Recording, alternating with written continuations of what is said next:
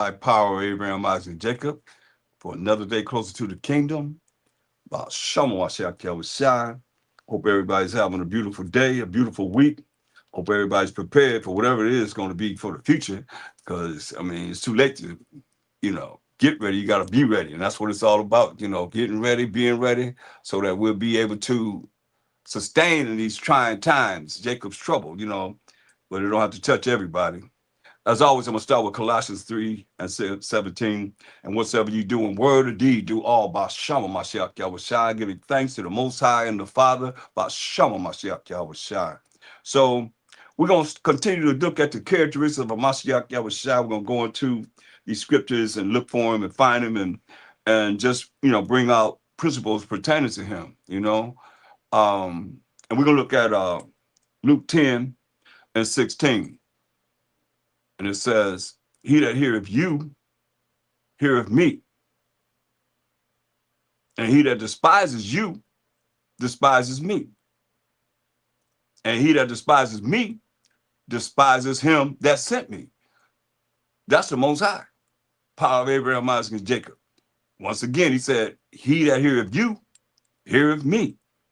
It's very important that, we look at this spiritually because it's very important. And he that despises you, as you bring forth the word and roll about Ha Mashayach Yahawashi in the name of the anointed Savior, to the glory of the Most High, for the spiritual power that comes with the Most High, and he that despises you despises me, he said. And he that despises me despises him that sent me. You despise the Most High power of Abraham, Isaac, and Jacob. And Hebrews 10:31 says it's a fearful thing to fall into the hands of living power. You understand, overstand this. So let's look at Luke. That's why, people have their own little attitude of how they feel this way, that way, whatever way it is that they want to feel. But you got to hear what your word is saying, what he's saying. John, the 2nd chapter,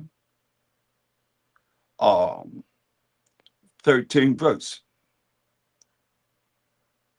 And the Jews' Passover was at hand. So it's the Passover.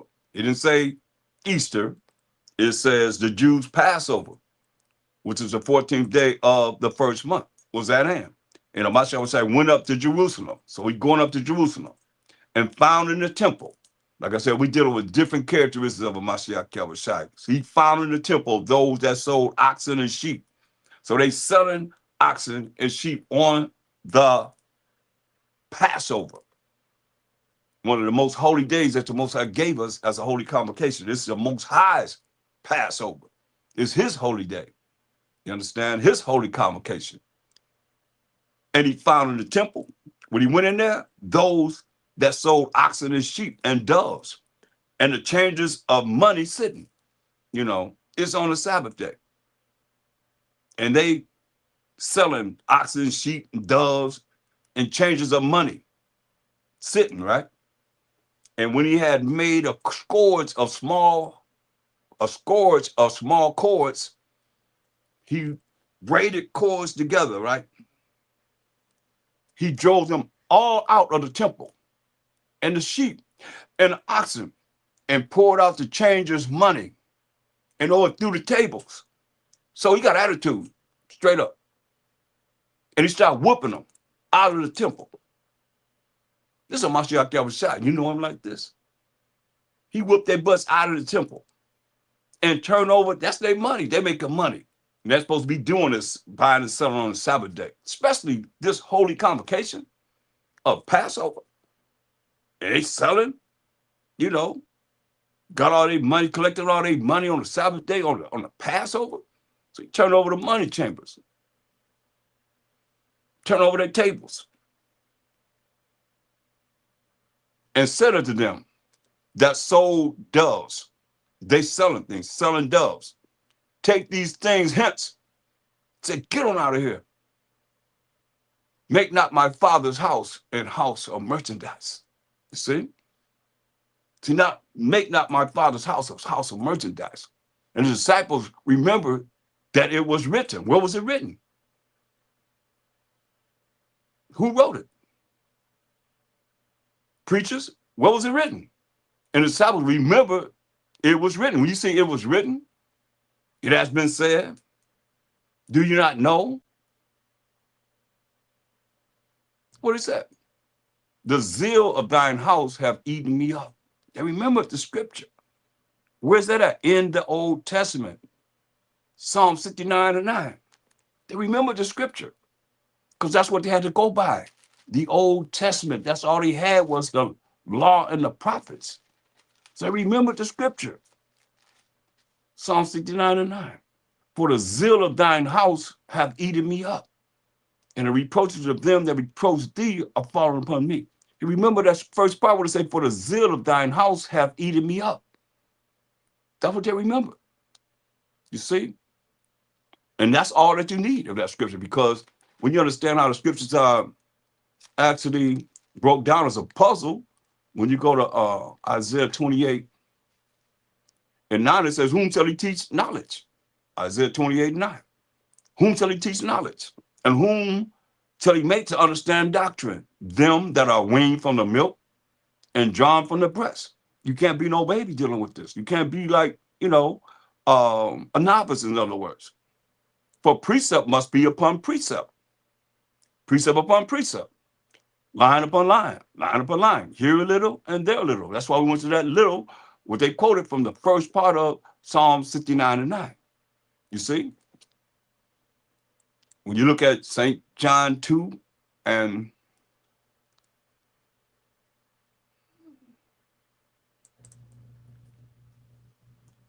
verse 17, and his disciples, remember that it was written, the zeal of thine house have eaten me up, right?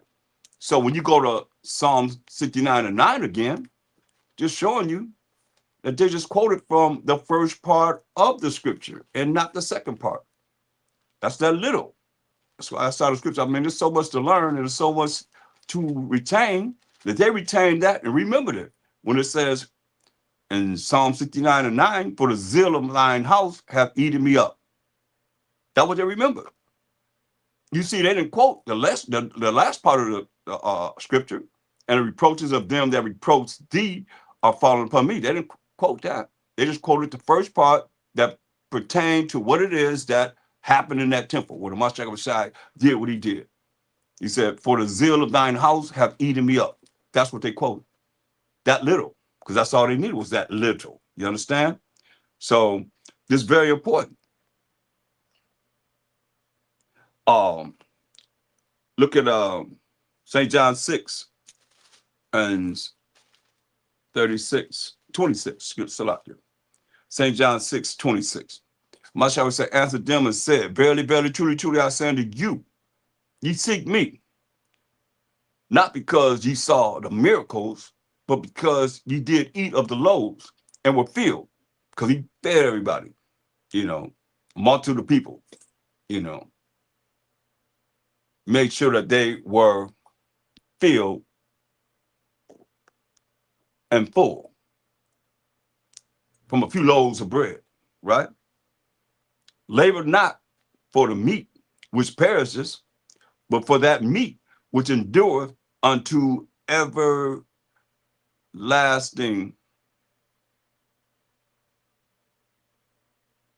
life. Say, labor for that meat that endureth unto everlasting life, meaning you're going to be able to live forever, which the Son of Man shall give unto you. For him hath the Most High, the Father, sealed. Right? The Most High sealed him, and he gave him all the ability to judge for himself. It's like this. It's like the Most High is the owner of the company. And the Ha Mashayach Yahawashi, he could be the president, CEO, however you want to look at it, but over him is the Most High. That's why he said the Most High gave him that power. Look at St. John 5. Let's start at verse 19. Then answered the Ha Mashayach Yahawashi and said to them, verily, verily, truly, truly, I say to you, the Son of Man can do nothing of himself. See? He's not taking any credit for whatever he done. Even though he done more miracles than he put in all the books of the world, he said the Son of the Most High do nothing of himself, but what he seeth the Father do. You see that? So I ain't doing that on my own. Say, what I'm doing is what I see the Father do. For what things soever he doeth, so whatsoever the Most High doeth, these also doeth the Son likewise. So what he see the Father do, that's what he said he does. For the Father loveth the Son, and showeth him all things that himself doeth. You see? The Most High love Ha Mashayach Yahawashi and showing him all things that he does. You see that? And he will show him greater works than these, that ye may marvel. So what I've seen, what I've done now, what you see now, is nothing compared to what I'm going to do. That the Most High going to do. Through me. That's what he said, through Ha Mashayach Yahawashi. For as the Father raises up the dead and quickeneth them, even so the Son quickeneth whom he will. So he said, for the Father judges no man. Listen at this closely. Say, for the Father judges no man, but have committed all judgment unto the Son. That's what I say. The Most High allowed Ha Mashayach Yahawashi through the power of the Most High to judge. He's going to be judging. That all men should honor the Son, Ha Mashayach Yahawashi, even as they honor the Father. He that honoreth not the Son, Ha Mashayach Yahawashi, honoreth not the Father, which hath sent him. You understand this? So you don't honor Ha Mashayach Yahawashi, you don't honor the Most High. Because he told you in St. John 14:6, I am the way, the truth, and the life. No man cometh to the Father but by me. And there's no New Testament when he's saying that. They only have the law and the prophets. So whatever they open up the books, you'll see that they're reading from the law and the prophets. So he's making a statement, and understand this. If you want to, really be in the spirit with the Most High, or Mashayach Yahawashi, you got to understand, man, he only dealt with the law and the prophets, something that the preachers are not dealing with.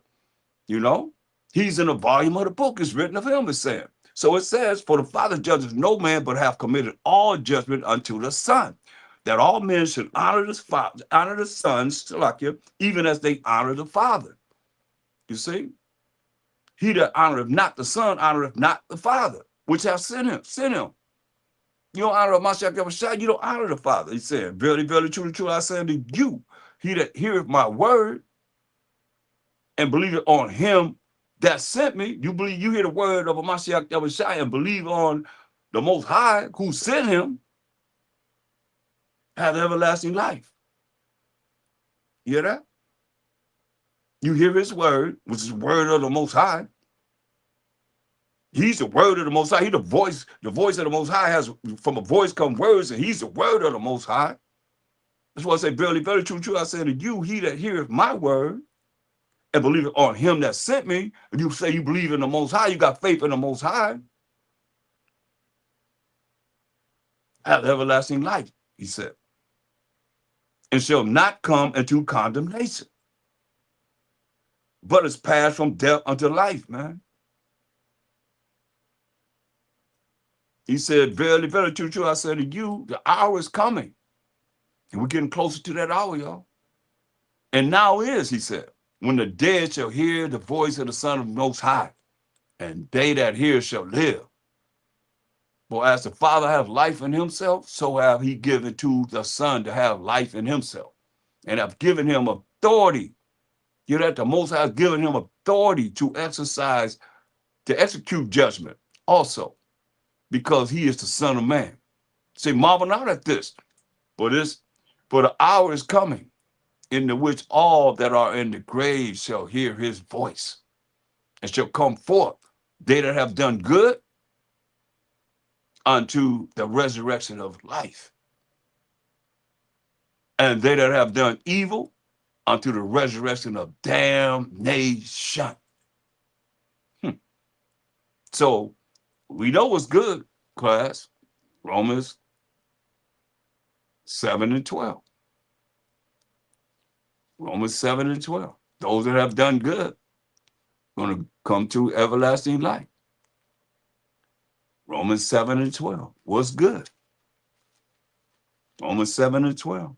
Wherefore the law that the Most High wrote with his finger is holy, and the commandments that the Most High wrote with his finger is holy and just and good. So those that kept the commandments of the Most High, that's why I tell you in the last book of the Bible, Revelations 22 and 14, blessed are they that do his commandments. That's doing good. That they may have right to the tree of life and may enter in through the gates into the city. You see?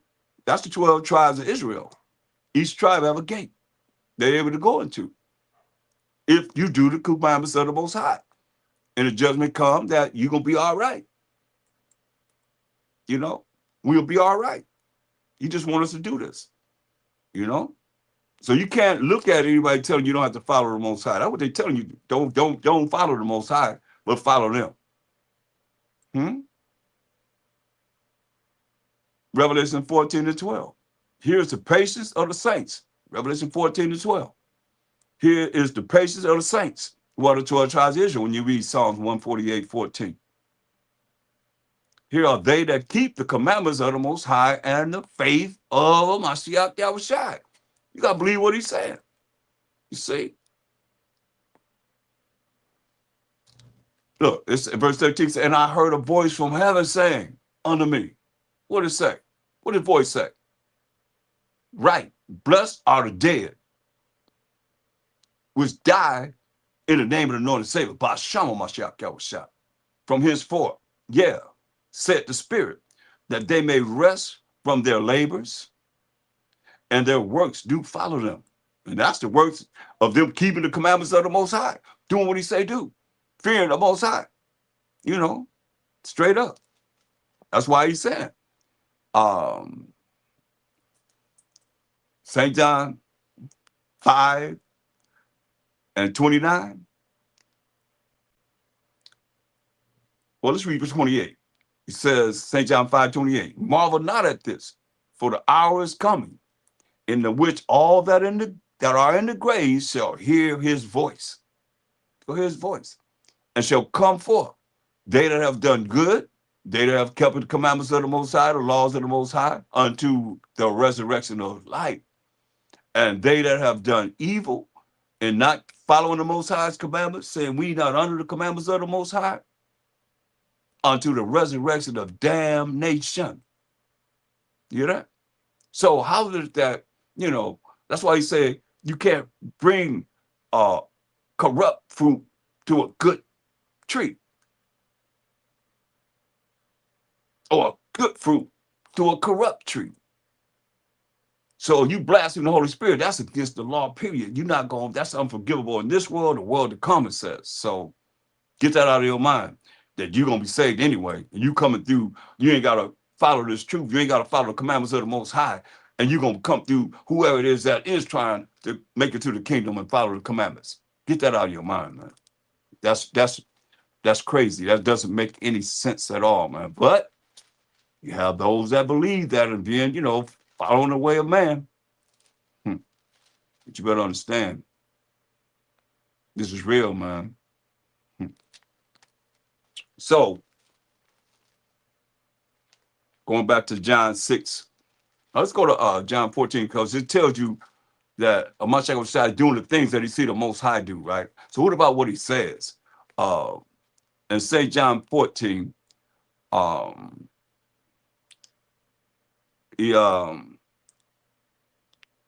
Philip asked him a question in verse 8.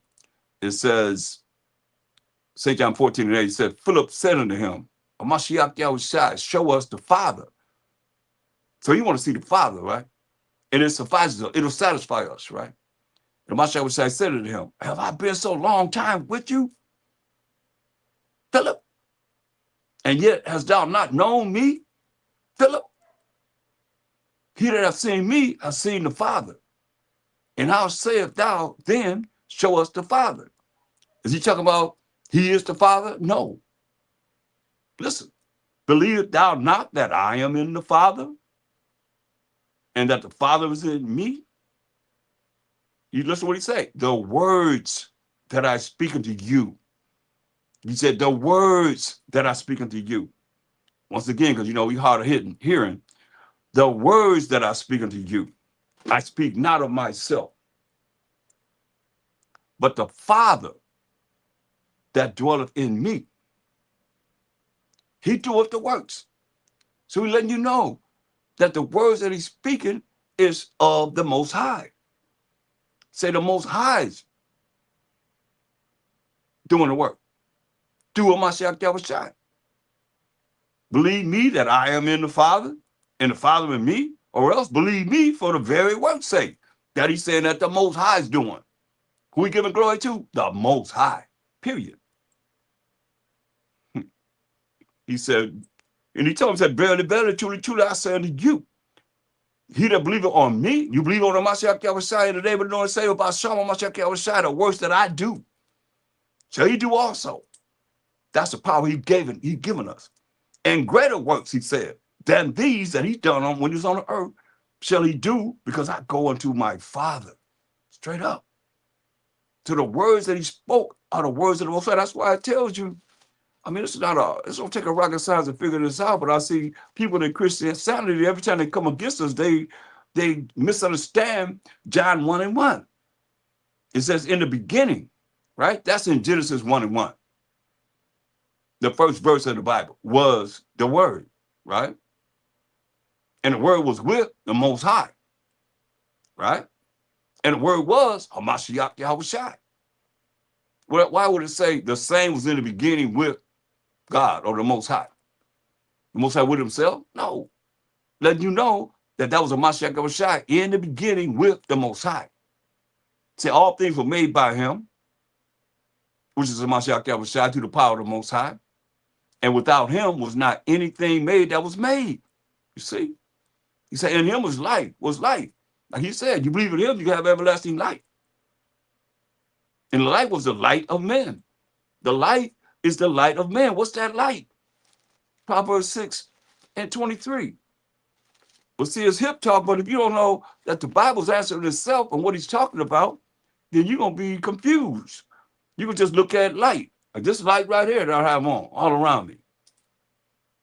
It's not talking about that light. This light is defined in Proverbs 6:23. Go there. What's the light of men? Proverbs 6:23. All about Ha Mashayach Yahawashi today. Look, Proverbs 6:23. For the commandment that the Most High wrote with his finger is a lamp, and the law is light. See that? The law that the Most High wrote with his finger is light. And reproofs of instruction are the way of life. Let me show you that. In Deuteronomy 9.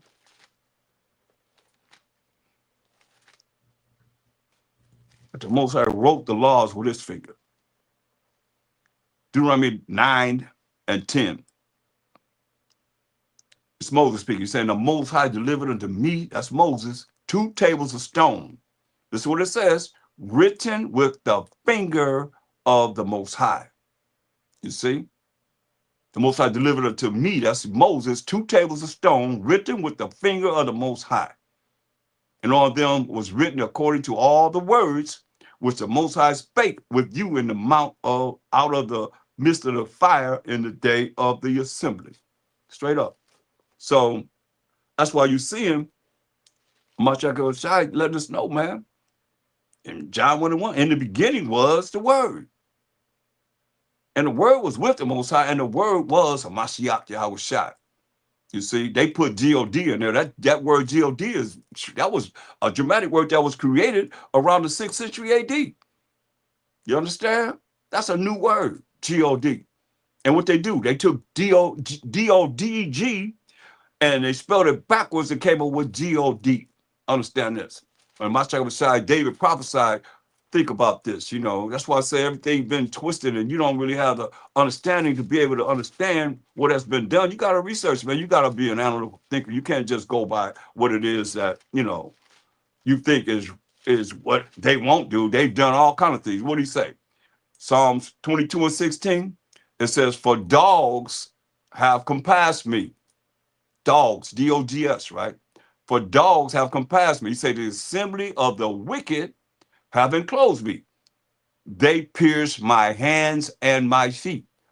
Who pierced Ha Mashayach Yahawashi? Because David prophesied about Ha Mashayach Yahawashi coming to this earth and dying for the 12 tribes of Israel. But he called the people that pierced him dogs. He said, for dogs have compassed me.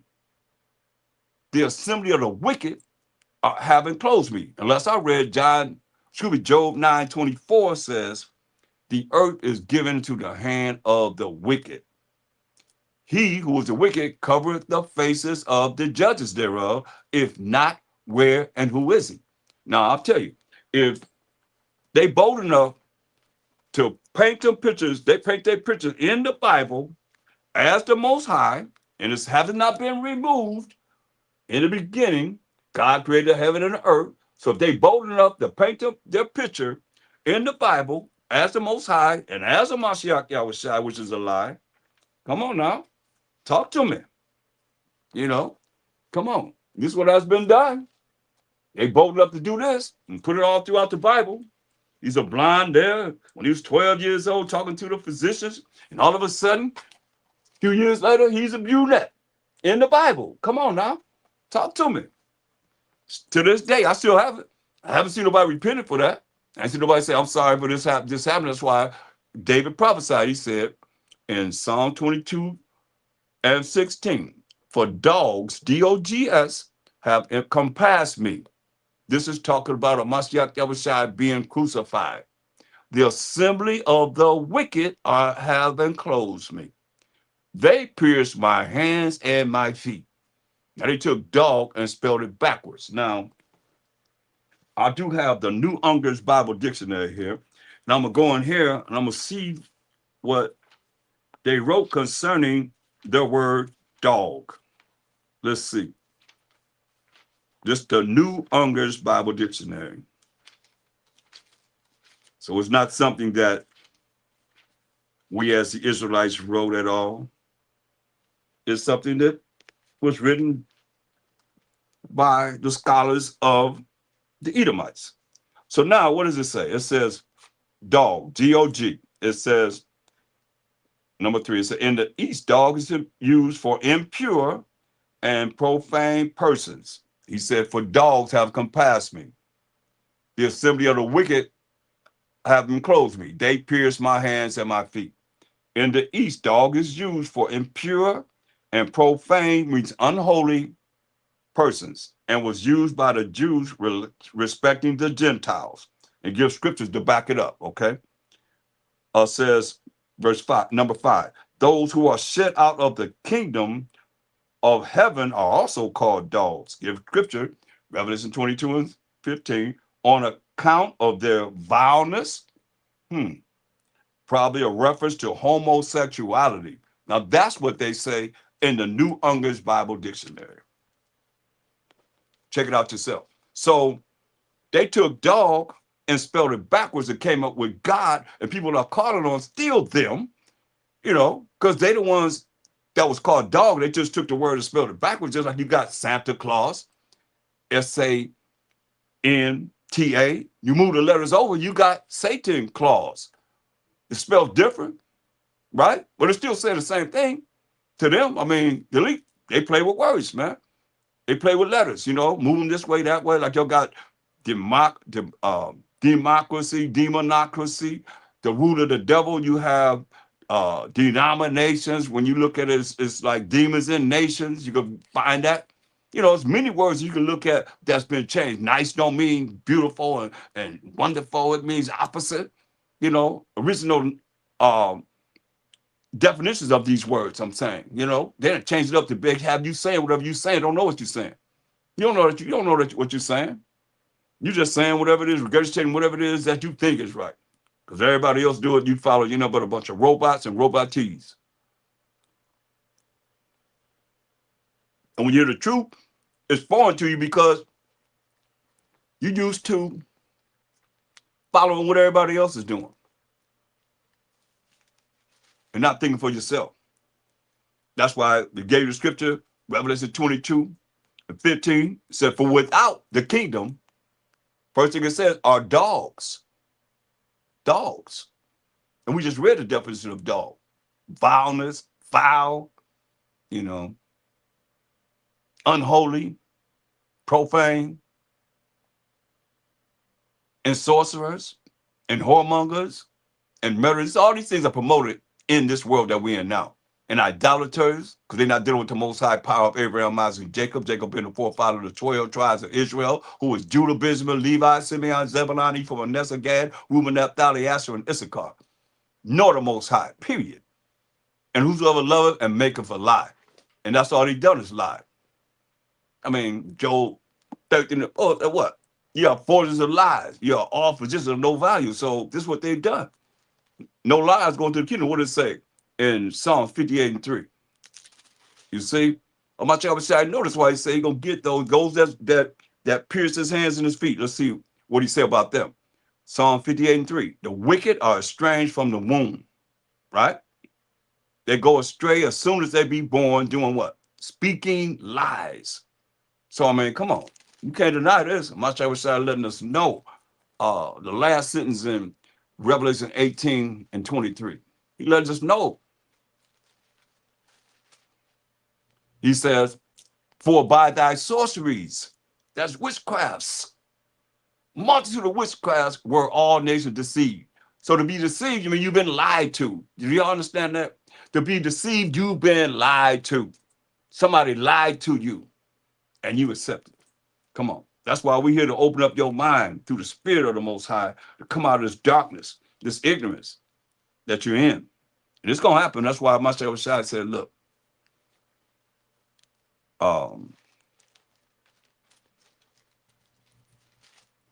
go to St. John 14 and verse 6. St. John 14 and 6. We're going to get some understanding tonight. St. John 14 and 6.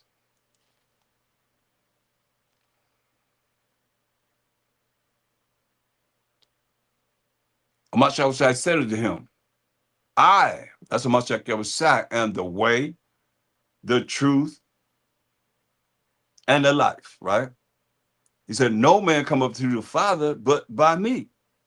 So he said, what is he really saying? He said, I'm the way, the truth, and the life. So y'all look at that in Christian Insanity and say, okay, well, actually, what's the truth? You say, oh, Ha Mashayach Yahawashi is the truth, right? But he's letting you know he's the way, the truth, and the life, right? So he's the way. What is the truth? Let's find out. It has to make sense, man.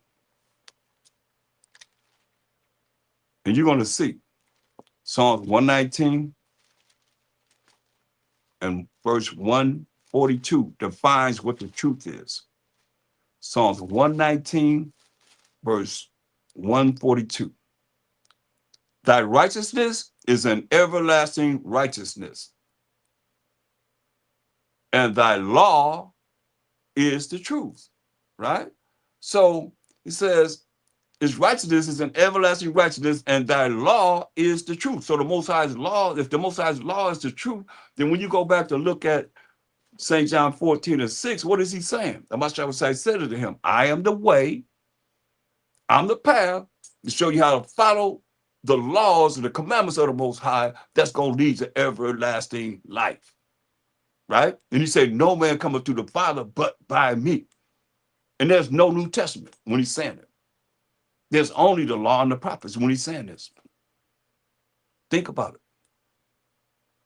There's no New Testament when he's saying it. It's only the law and the prophets when he's saying this. Point blank. You understand? Let me adjust this. I'm loading on three different platforms, so bear with me. More than that, really, as far as going out, but here I'm dealing with three different platforms. So he said, he the way to show you how to follow the laws of the Most High, because did he sin? He did not sin. Did he? Can you truthfully say that he sinned? He didn't sin. He didn't break the Most High's laws, statutes, commandments. Therefore, he was showing us he's the way to show us how to follow the laws of the Most High that's going to lead to everlasting life. That's why when you look at Baruch in the Apocrypha, the 4th chapter, the 1st verse, Baruch 4 4th chapter, the first verse. What does it say? This is the book of the commandments of the Most High and the law that, remember, he wrote with his finger, the Most High wrote with his finger, that endure how long? Forever. So somebody lying to you saying the law has been done away with. He said a law that endure forever. All they that keep it shall come to life. We just read in Revelation 22 and 14. Blessed are they that do his commandments. They're going to be able to enter into the gates into the city. This book of the commandments, this is the book of the commandments of the Most High, and the law that endure how long? Forever. All they that keep it shall come to life, but such as leave it shall die. You hear that? So you want to leave the laws of the Most High, you're going to think you're not under them, you're going to die. You're going to put you to death. That's what he's saying. That death is thrown in the lake of fire. Listen, turn thee, O Jacob, talking to we the 12 tribes of Israel. He says, and take hold of it. Take hold of the laws that the Most High wrote with his finger. You know about rules and regulations. That's all it is, rules and regulations. Walk in the presence of the light thereof. We know that light, Proverbs 6:23. The law is light. See? That thou mayest be illuminated. That's how you're going to be illuminated in the eyes of the Most High. Who cares about how man look at you? Anyone else, for that matter. You got to shine bright in the eyes of the Most High. That's what's important. Understand this. That's why it's very important, man, that we tap into the Most High, you know? So just showing you things pertaining to Ha Mashayach Yahawashi, get more understanding of him, you see? Because it's very important. What is sin? 1 John 3 and 4. Because I said, did he sin? 1 John 3 and 4.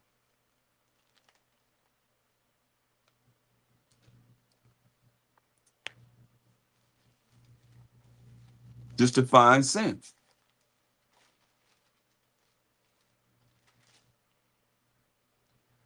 Whosoever committed sin transgresses also the law.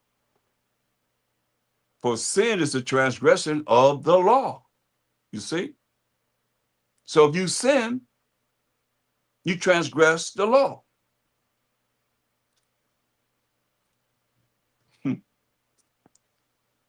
But you know, there are they that do not want to be obedient to no one but man. They know how to be obedient to man, but not to the Most High. Y'all follow just what someone says, some man says, and you don't even, you'll ask us about prove this, prove that, but you ain't asking your preachers about proving nothing. They just run their mouth, and you believe it, straight up. Look, St. John, the 6th chapter,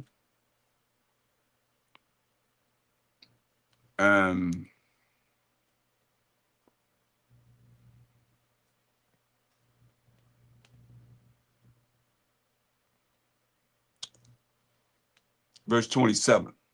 It says, labor not for the meat which perishes, but for that meat which endureth unto everlasting life. That's through this word, through the power of the Most High, keeping his laws, statutes, commandments, which the Son of Man shall give unto you. For him hath the Most High the Father sealed. Right? Then said they unto him, what shall we do that we might work the works of the Most High? They asked him, what should we do? What can we do that we can work the works of the Most High? Ha Mashayach Yahawashi answered and said unto them, this is the work of the Most High, that you believe on him whom he hath sent. You believe on Ha Mashayach Yahawashi. They said therefore unto him, what sign showest thou then, that we may see and believe thee? What does thou work? Because you know, that's why I tell you in 1 Corinthians 1:22.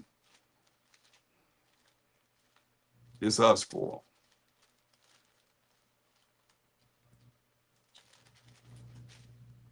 It says, for the Jews require a sign, always looking for a sign.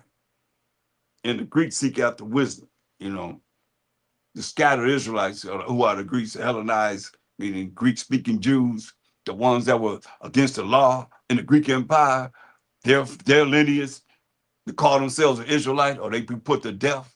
When you read Second Maccabees 6 and 9, throughout, the Greek Empire, under wicked Antiochus Epiphanes, bringing forth all the things that would have us to be abominable before the Most High, to have us not be able to deal with the laws, such commandments of the Most High as it is this day, with Christian sanity and any other religion that's not allowing the people to keep the laws, statute, commandments of the Most High is just not right. That's like giving the Most High your middle finger when he wrote the laws, statute, commandments with his finger. You think about it like that. You ain't got to do what he said do. He gonna burn you up. Straight up. That's what he said. He gonna melt you. You don't do what he say do, or prove me wrong. You can do whatever you want to do. The Most High said you got to do this. You don't have to do it because your preacher telling you that, or your minister, whatever you call them. Better recognize, man, we talking about the Most High. Hebrews 10:31 says it's a fearful thing to fall into the hands of the living power, the Most High. Better understand, man, it's very important. That's why it says, our fathers did eat manna in the desert, as it is written. What are you talking about? He's talking about us being in the wilderness, eating manna, complaining to Moses. Man, ain't got no food. Moses kept us in Egypt. Man, why you bring us out here to kill us? He gave them bread from heaven to eat. Then I said unto them, verily, verily, true, true, I said to you, Moses gave you not that bread from heaven, but my Father giveth you the true bread from heaven. We say, Moses gave you not that bread from heaven, but the Most High giving you the true bread from heaven. For the bread of the Most High is he was coming down from heaven and giveth life unto the world. Now, y'all look at that world as everyone in the world? No. That's the world of Israel, point blank. That's why you look at John 3:16. For God so loved the world, Most High so loved the world, he gave his only begotten Son. Whosoever believes in him shall not perish but have everlasting life. That's not what it's talking about, y'all. Isaiah 45:17. Like I said, all they had was the law and the prophets to go by when he was on the earth in the flesh. That's it. So as it is written, right here, this is the world, right here.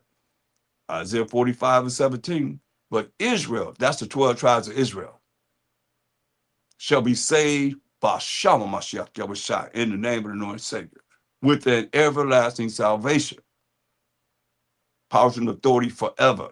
Ye shall not be ashamed nor confounded, which means confused, what? World without end. You see? That's the world he's saying. He giveth his life unto the world. That's why you see in St. John 6:33, for the bread of the Most High is he which cometh down from heaven and giveth life unto the world, giveth life unto the world of the Israelites. Then said they unto him, Ha Mashayach Yahawashi, evermore, give us this bread. He said, give us this bread. You see how off we are? So we had to tell them, and Ha Mashayach said unto them, I am the bread of life. He that cometh to me shall never hunger, and he that believeth on me shall never thirst. But I said unto you that ye also have seen me and believe not. And think about this. Put this in your membranes. We're going to go to the last book. Think about this. Put this on your mind. It's real deep. Now, they was there. Go to St. John 21st chapter, verse 25. Listen at this. Now, they was there. He was on the earth in the flesh, and they witnessing this. And they still didn't believe in him. Look. And there are also many other things which Ha Mashayach Yahawashi did, the which, if they should be written, every one of the things that he done when he was here on the earth in the flesh, I suppose that even the world itself could not contain the books that should be written. And I don't say that AMEN. I don't deal with that because that's Zeus' last name. Going all the way back to the Egyptian entity or demonic deity A-M-E-N-R-A. You see? But see, you don't know that because you're not analytical thinkers. You're not really looking at the Spirit of the Most High bringing it in these last days to stop offending him. And they know we went into captivity for our iniquity. What you think they're going to show you the right way? So yeah, they put it in there. And what do y'all say at the end of y'all prayer? Z-U-S. That's what y'all saying. You ain't saying A-M-E-N. You saying Z-U-S. You giving all homage to them. Like I just showed you how D-O-G, they took D-O-G and they spelled it backwards and came up with G-O-D. Come on. Don't take a rocket science to figure this out. Little children can figure it out. While we as adults can't see this. Little child can figure it out. They get it like that. But adults, because you know why? Because their minds are innocent. They're not twisted with all the deep spirits that people want to have when it's real simple.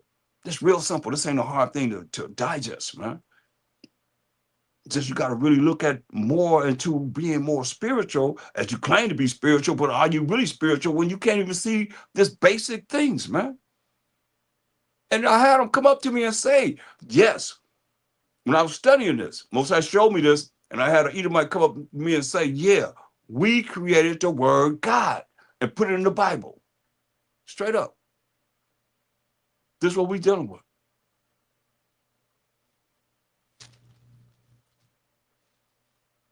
That's why he said in St. John 5:39, he said, search the scriptures. He says, search the scriptures. You got to go back to the time he's speaking. He says, search the scriptures. What scriptures do you think he's talking about? He's talking about the Old Testament, the law and the prophets. He says, search the scriptures, for in them, in the law and the prophets, the Old Testament, you think you have eternal life. This is what he say. And they are they which testify of me.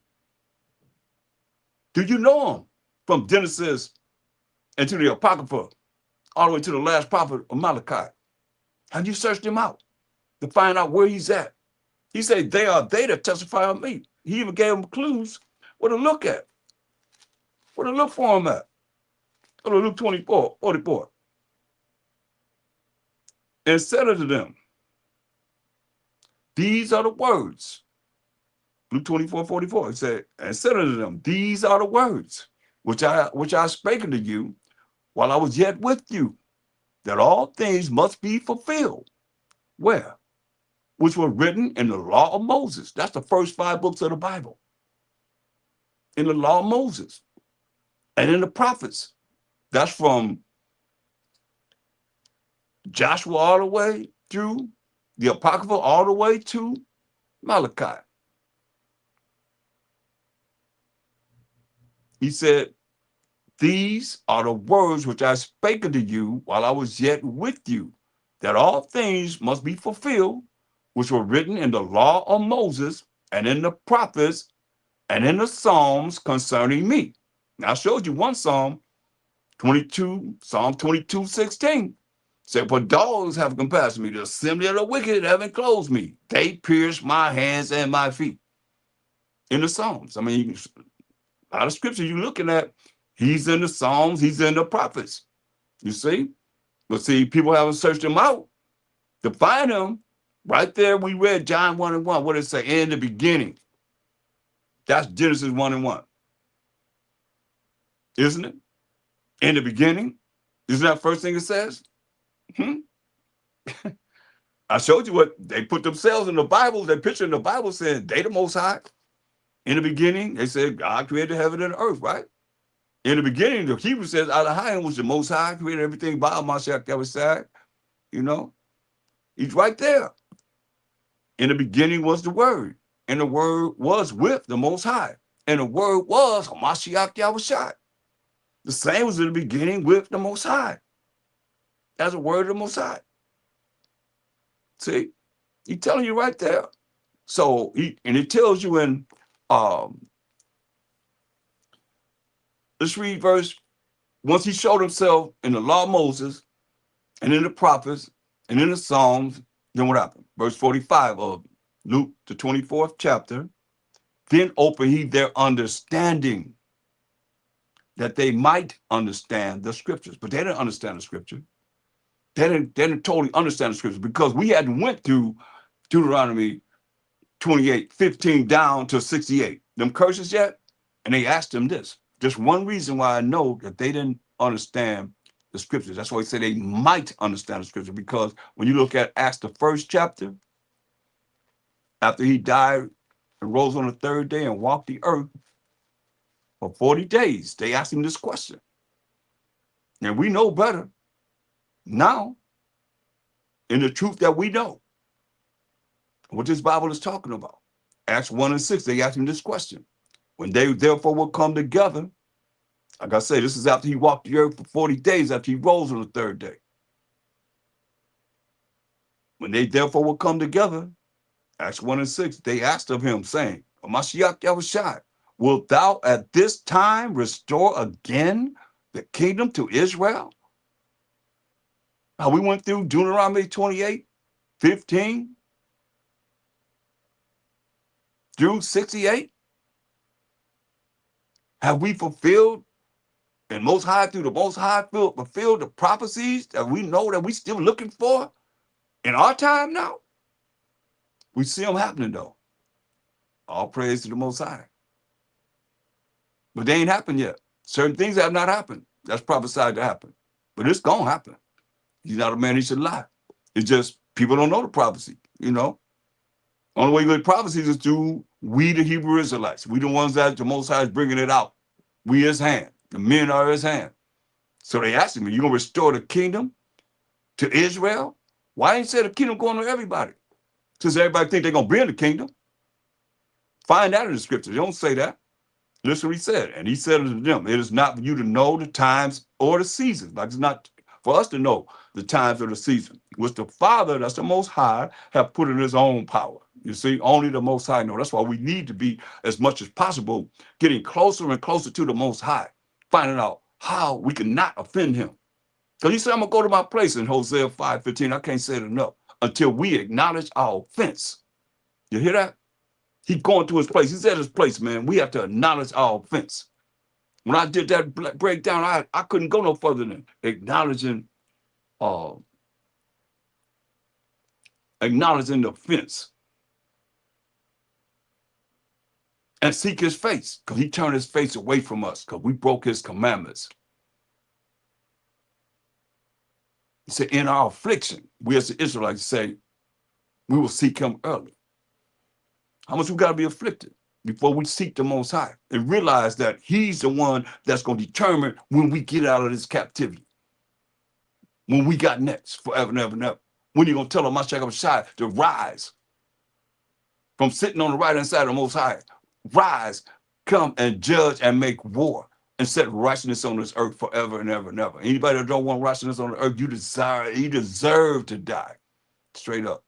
As much wickedness as we see on this earth right now, and you satisfied with it? They just found what? 700 and almost 800 bodies, babies, bodies in this home supposed to be helping single women. Come on now. It's wickedness. All this, I mean, they make so many billions of dollars just trafficking. Trafficking. Come on now. You got to understand this. You got to understand. Very important that you see this, because the world is turning and it's turning and it's turning every day, and we ain't realizing what time it is at all. No way, shape, or form, man. We gotta get it together, because the clock is ticking. Clock is ticking. And the Most High got his hand on this. You see? And when look what happened. Verse 9 says, and when he had spoken these things, while they beheld, they looking at him, he was taken up, and a cloud received him out of their sight. A cloud received him out of their sight. You understand? And that cloud is defined in Psalms 104:3. a cloud recedes him out of their sight. So what happened? The cloud is here in definition. Who layeth the beams of his chambers in the waters, who maketh the clouds his chariot. So the clouds are a vehicle, a means of transportation. Like we sung the song, Swing Low, Sweet Chariot, coming for to carry me home. I looked over Jordan, what did I see? A band of angels coming for me. Yeah. So the clouds are the chariots. We call them IFOs. So a white man call them UFOs. We call them identified flying objects. He call them unidentified flying objects. We know what they are. That's why we sung the song. Looked over Jordan. Where did Jordan River flow? In Israel. So that's what we wrote. We wrote those songs in slavery. So we knew about, we were the Israelites. Why wouldn't we say we Africans? Why would we say I looked over the Nile? That goes down Africa. No, we said we looked over Jordan. That only goes in Israel, the land of Israel. And what did I see? A band of angels coming for me. Yeah, we knew this. That's why it says, who layeth the beams of his chambers in the waters, who maketh the clouds his chariot. So he was taken up in a chariot. And what happened when he was taken up? They tell you in Psalms 68:17, because the chariots not just rolling by themselves. They tell you the chariots of the Most High are 20,000, even thousands of angels. See? So the angels are controlling them chariots, you see? And once he ascended up into a cloud, since we dealing with Ha Mashayach Yahawashi, what happened? Daniel had a vision. Most High showed Daniel. That's why I say the Bible is a puzzle. Daniel seen what happened in a vision with a Mashayach Yahawashi ascending up. When we just read in Acts, the first chapter, the 9th verse. That's why Daniel 7:13. This is what it says. I saw in the night visions. That's how the Most High speak to us. He tell you that in Job 33:14 and 15. Through dreams and visions. I saw in the night visions. And behold, one like the Son of Man, who was a Mashayach Yahawashi, came with the clouds. We just read about it. He called himself the Son of Man. Came with the clouds of heaven. Came with the angels of heaven. And came to the Ancient of Days, who was the Most High. And they brought him near before him. See? They brought him Mashayach Yahawashi near before the Most High. Now, go to Job 36:26. Behold, Job 36:26. Behold, the Most High is great, and we know him not. Neither can the number of his years be searched out. That's why he's the Ancient of Days. You see? No beginning, no ending. He's the Ancient of Days. So it says in Daniel 7:13, once he ascended up in the clouds, and I saw in the night visions, and behold, one like the Son of Man came with the clouds. That's what Mashayach Yahawashi coming with the clouds, which is the angels of heaven, and came to the Ancient of Days. They brought him to the Most High, and they brought him near before him. They brought him near before the Most High. What was given to him? And there was given to him, that's what Mashayach Yahawashi, dominion and glory and a kingdom that all people, nations, and languages should serve him. His dominion is an everlasting dominion which shall not pass away. And his kingdom, that which shall not be destroyed. You understand this? It's real. See? It's beautiful.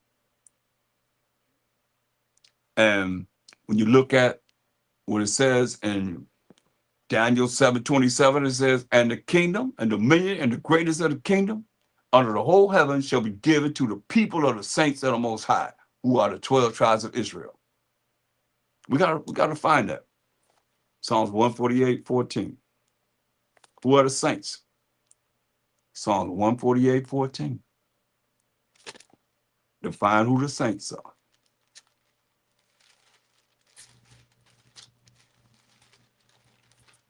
Psalm 148:14. He also exalted the horns, the power of his people, the praise of all his saints. Who are the saints? Even of the children of Israel. Who are we? A people near unto the Most High. Near unto him. Praise ye the Most High. You see? We the saints. That's why we sung this. Oh, when the saints go marching in, or when the saints go marching in. Oh, I hope to be in that number when the saints go marching in. That's us. Hoping to be part of the ones of the elect, the remnant that's going to be redeemed as the 12 tribes of Israel. We do these songs. We sing those songs. Ain't something for everybody. It's for the Israelites. Just like the Bible is our book, and y'all want to take it, all these other nations want to take it and say it's for them, use it for their benefit. No, it's talking to the children of Israel. Listen to what it says. Daniel 7:27. Gets anybody else out of this. And the kingdom and dominion and the greatness of the kingdom under the whole heaven shall be given to the people of the saints of the Most High. The saints of the Most High, what does it say? The children of Israel, who we are people near to the Most High. Praise ye the Most High. The kingdom will be given to the saints of the Most High, the 12 tribes of Israel, that remnant, whose kingdom is an everlasting kingdom. We got next forever and ever and ever, the 12 tribes of Israel. And all dominions shall serve and obey him. All dominions are going to serve and obey of Mashiach Yahawashi in his kingdom. Straight up. But, some of you might say, I ain't going to serve him. I ain't going to serve him. You think you're not? Okay, well, he got something for y'all too. Y'all don't want to serve him, it's okay. You don't have to serve him. But he got something for you, boy. You better understand. Ain't nothing that you think of that's going to be in the way that you think it's going to be, man. You better understand and overstand. That's why he said Isaiah 60:12. I can't bring it out enough, man. That's why everybody have a position that they're going to have to follow. Rules and regulations. Isaiah 60:12, for the nation and kingdom that will not serve thee shall perish. Yeah, those nations shall be utterly wasted. Straight up. That's what the Most High is saying. That's in the kingdom.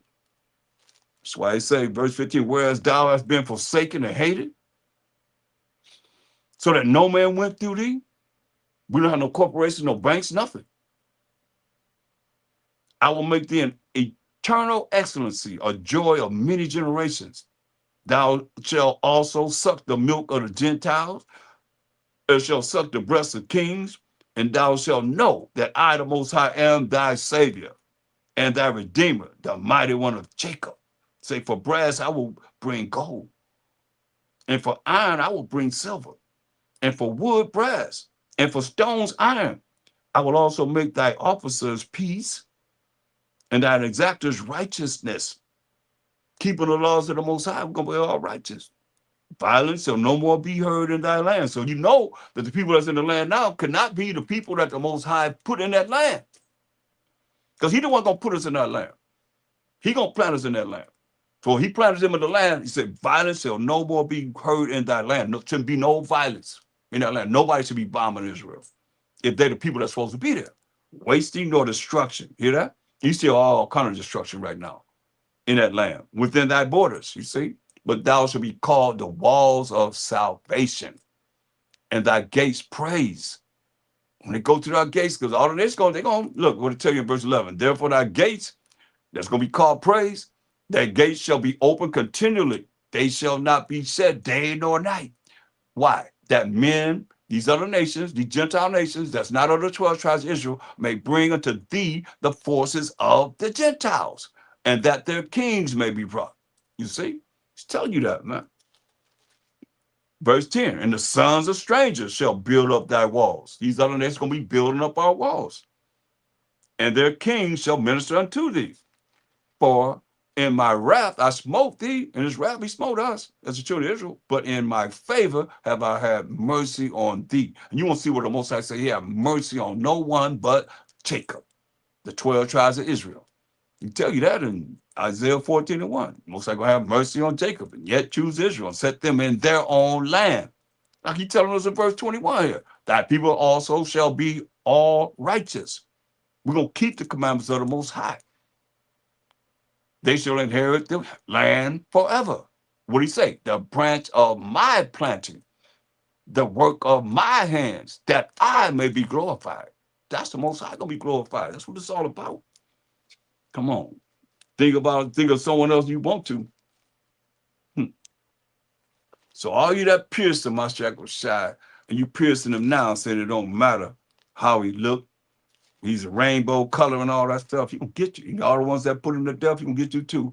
Revelation, the first chapter, and look at verse 3. He said, "Blessed is he that readeth, and they that hear the words of this prophecy, and keep those things which are written therein. For the time is at hand." Right? Time is at hand. We know it's getting closer and closer and closer to the end. Revelation 1 and 7. All you that don't want to believe in him, don't want to deal with him, behold, he cometh with clouds. Just like he came. That's what they told him. Look what they told him. And go to Acts 1. And let's go back to verse 9. Look what they told him. Angels told him this. And when he had spoken these things, Acts 1 and 9, while they beheld, while the apostles is looking at him, he was taken up, and the cloud received him out of their sight. We went through that. You know, how the angels brought him to the Most High. He was given dominion and so forth, kingdom and all that. You know, powers and authority right here on this earth. Listen, and while they looked steadfastly toward heaven, they look up into the sky,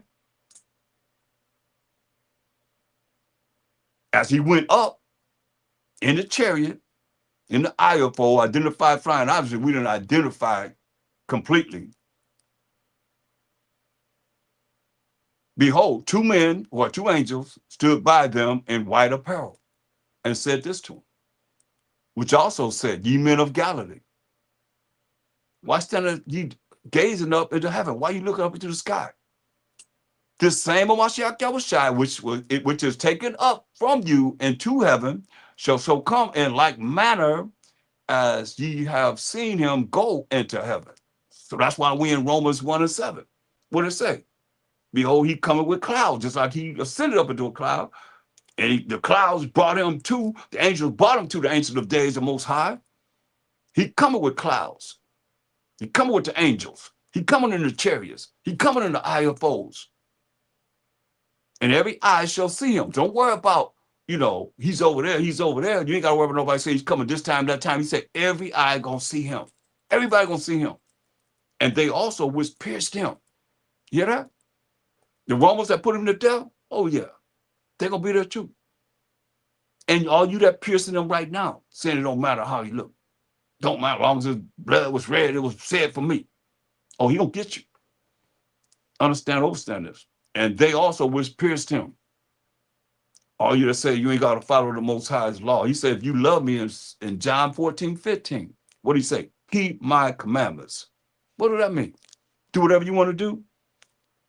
As long as his blood was shed for you, and he loved the sinner, but he hates the sin, this madness that y'all been taught, you think that's going to fly with him when he come back? And he said, you love me, keep my commandments.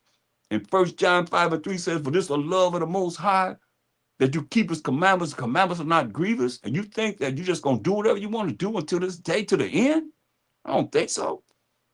People be on their deathbed want to confess, Ha Mashayach Yahawashi, this, that, and the third. No, you got to do the works now. While you living, while you have, your body is able to do what it's supposed to do, to repent and come back to the Most High. It's the law, statute, commandments. Do what he say do. Or you're going to face the judgment. Straight up, what you think he's going to judge you on? That you didn't run no red light? You didn't drive through no stop sign? I mean, it might sound funny, but this is real. He said, behold, he coming with clouds, and every eye shall see him. Don't worry about nobody telling you he's coming this day or that day. You're going to see him. Every last one of us going to see him. Look what he say. Every eye going to see him. And they also which pierced him. And all kindreds of the earth shall wail because of him. Even so, I ain't giving that deity any glory or any preference at all, because that's Zeus last name. Look it up for yourself. Going all the way back to Amenra, Egyptian deity. Come on. Better understand, man. They put it in there. We ain't say that, you know. And then I asked brothers, what does Amen mean? So be it. I said, what does Amen be? You done prayed to the Most High and humbled yourself before, then in the end, you'll so be it. No humility in that. You gonna tell the Most High, so be it. You heard what I said, so be it. That's what you're saying. Come on. They got you all twisted, man. How you gonna be for the Most High and tell him, so be it? Something wrong with you. Something wrong with you to think like that. Now I'm trying to help you. You better be humble before the Most High. Most High said, I'll melt you. He already said he turned in our affliction, we're gonna seek him early. How you gonna avoid the affliction of the Most High? Instead of fearful thing that falls into the hands of living power. Better understand.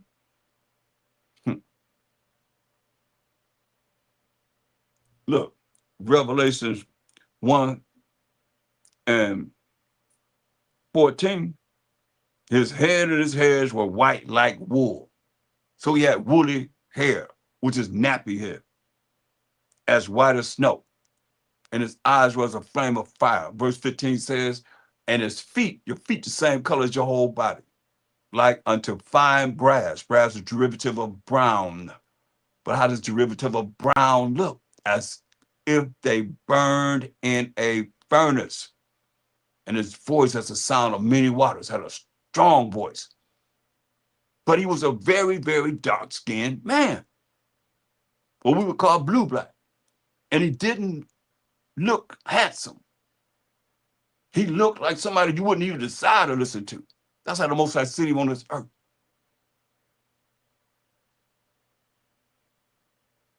And he was despised and rejected of men. And they wanted to kill him. He talked certain things and they wanted to kill him. Look, I'll give you a perfect example.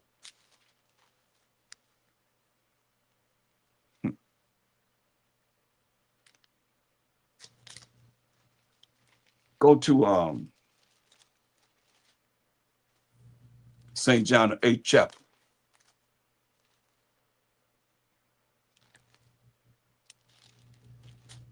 Verse 53. Art thou greater than our father Abraham? They asked me a question. Which is dead, and the prophets are dead. Whom makest thou thyself? They asked him, who you think you are? And he told him who he was. In verse 58, Ha Mashayach said unto them, verily, verily, truly, truly, I say unto you, before Abraham was, before Abraham was even thought of, I am. That's what he said. He said, I'm that I am. Because he identified himself as the angel of the Most High first. That was speaking to Moses in Exodus 3:14. Because when you understand 1 Corinthians 3:23, 1 Corinthians 3:23,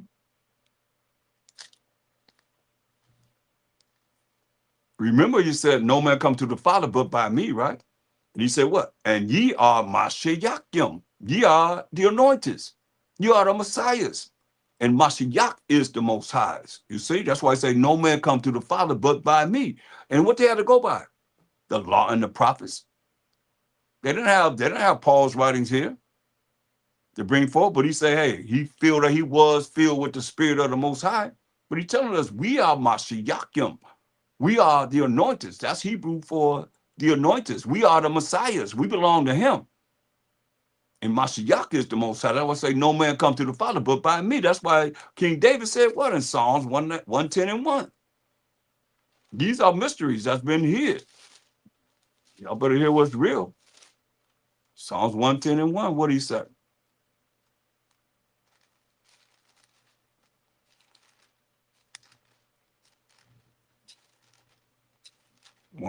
Psalms 110 and 1. He said, the Lord said unto my Lord. So that's the Most High said unto my power. What? That's two Lords, right? Sit thou at my right hand until I make thine, your enemies, thy footstool. See?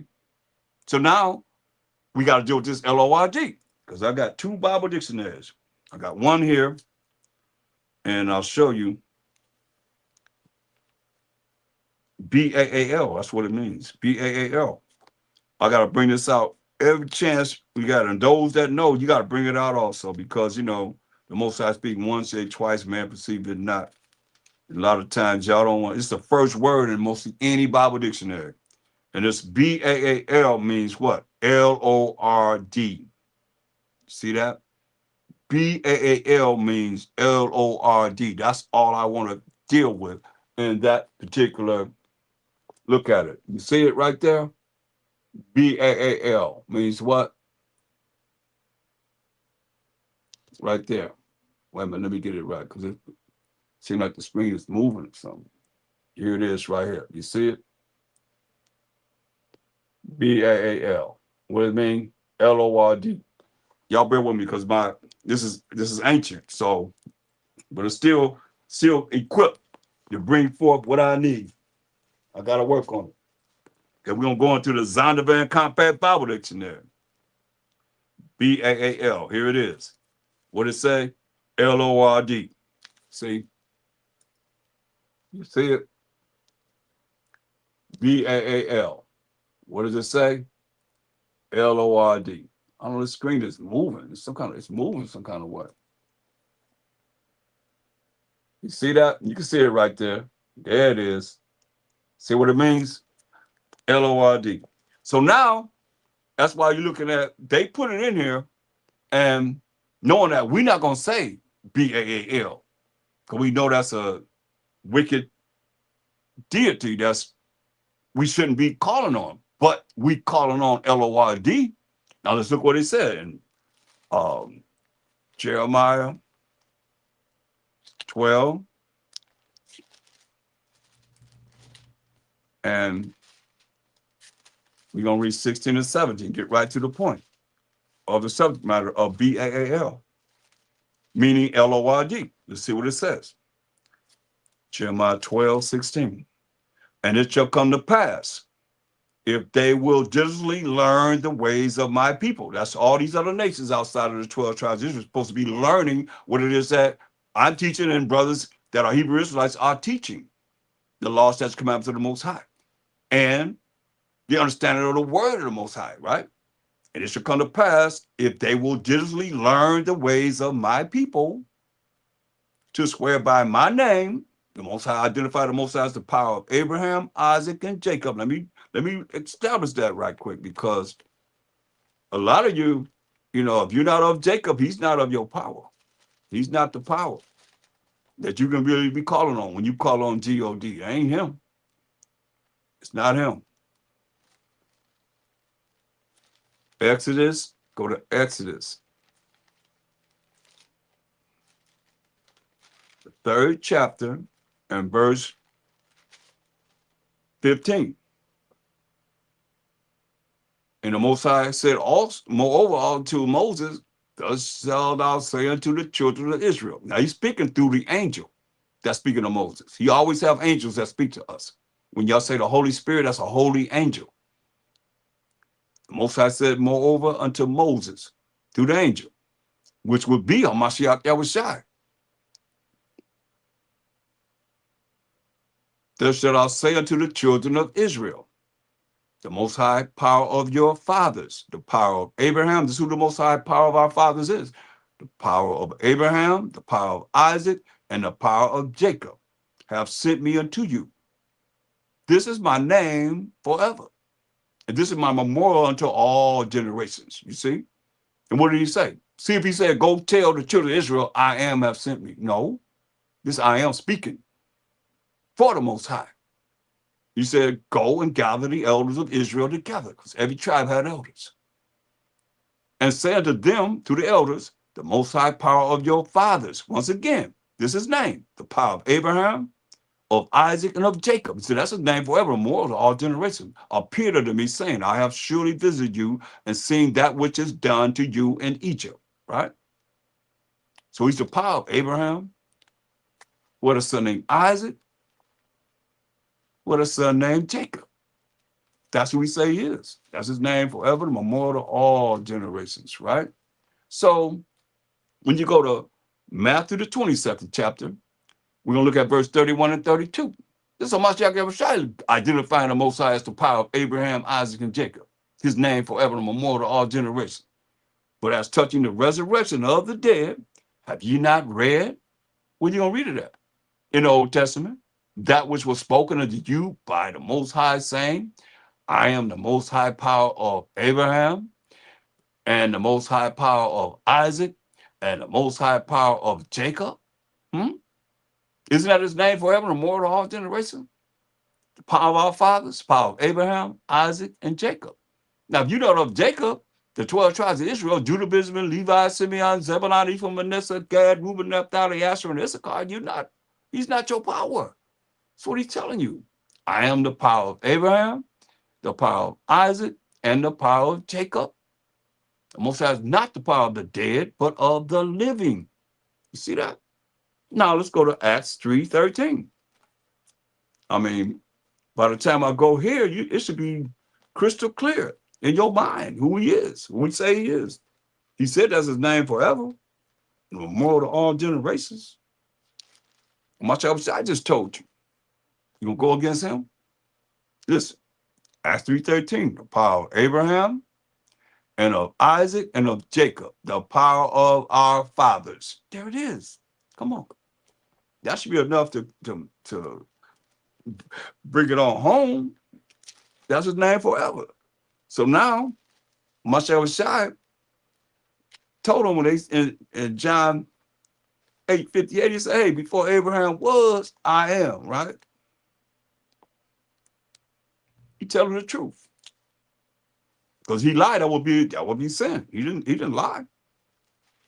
He said, hey, they asked him, who you think you are? He told him in St. John 8:58, Mashayach says unto them, be fairly, very truly, true, I say unto you, before Abraham was, I am, right? Then took they up stones to cast at him. But Mashayach hid himself and went out of the temple, going through the midst of them, and so passed by. They wanted to kill him. Pick up stones and cast at him. He had to run. Get away from these wicked Israelites, man. They want to kill him. Is that happening to anyone that you know of? What preacher is that happening to? I've gotten death threats. They blew up my car. Somebody blew up my car. I got death threats and all that stuff. And we as Israelites have to deal with this persecution as such, just bringing forth the truth. We don't have no reputation of doing the heinous crimes that the other people have done to us and still doing to us. And it's all because we bring forth the truth. Go to Matthew the 12th chapter. Well, it's all about a Mashayach Yahawashi today. We're going to bring out our big brother, Mashayach Yahawashi. Come on. Look. Matthew the 12th chapter, verse 1. At that time, Mashayach went on the Sabbath day through the corn, going through the cornfield. And the disciples were hungry. So the disciples were hungry and began to pluck the ears of corn and to eat. So they went through the cornfield and they plucking the corn to get them something to eat because they hungry on the Sabbath day. But when the Pharisees saw it, they said unto him, behold, that disciples do that which is not lawful to do upon the Sabbath day. He would do things on the Sabbath day just to irk them. But he said unto them, have you not read what David did? Here we go again. You're going to find David's writing in Revelations. Have you not heard? Have you not read? Have you not seen what David did? King David. When he was hungry, and they that were with him, and his men, the soldiers that was with him, what he did, how he entered into the house of the Most High and did eat the showbread, which was not lawful for him to eat, neither for them which were with him, but only for the priests. And see, how you going to understand this if you're not an Israelite, you don't even know the law. He's telling you the law. It was against David to do this thing. Only the priests could deal with the showbread. You know what he said? Neither for them which were with him, it wasn't lawful for him to do it, or the men that was with his warriors that was with him to eat the showbread, but only for the priests. Or have you not read in the law that y'all say we not under? How you gonna deal with this? How you gonna read this? And he's going to King David's writings. Now he's going, have you not read in the law? The same law that you say we not under. How that on the Sabbath days, the priests in the temple profane the Sabbath and are blameless. But I say unto you that in this place where he was standing at, in the flesh, is one greater than the temple. He said, hey, well, I'm standing here. He said, I'm greater than the temple. But if ye had known what this meaneth, I will have mercy and not sacrifice. Ye would not have condemned the guiltless, for the Son of Man is the power even of the Sabbath day.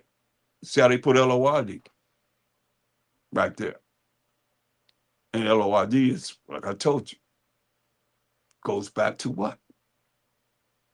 B-A-A-L, right? So now let's go back to Jeremiah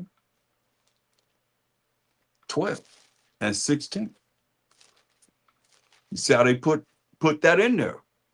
Listen at this, Jeremiah 12, 16. And it shall come to pass, if they will diligently learn the ways of my people, to swear by my name. Just know what he says his name for. This lesson, the power of who? Abraham, Isaac, and Jacob. So that's his name forever and a memorial to all generations. And Jacob is the forefather of the 12 tribes of Israel. Okay? The Most High liveth. As they taught my people to swear by B-A-A-L until this day. Now you're going to tell me that you're not swearing by B-A-A-L if you're saying L-O-R-D? B-A-A-L means L-O-R-D. You're going to find a reason.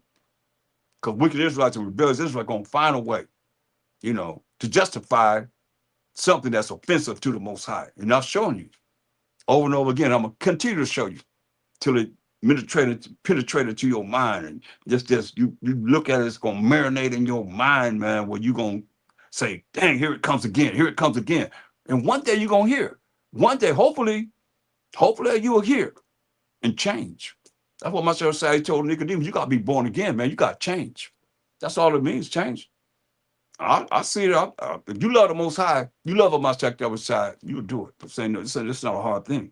You ain't going to try to come up with a way to justify what they have done and adding something in there so you can always be calling on B-A-A-L. You know what he said? As they taught my people to swear by B-A-A-L.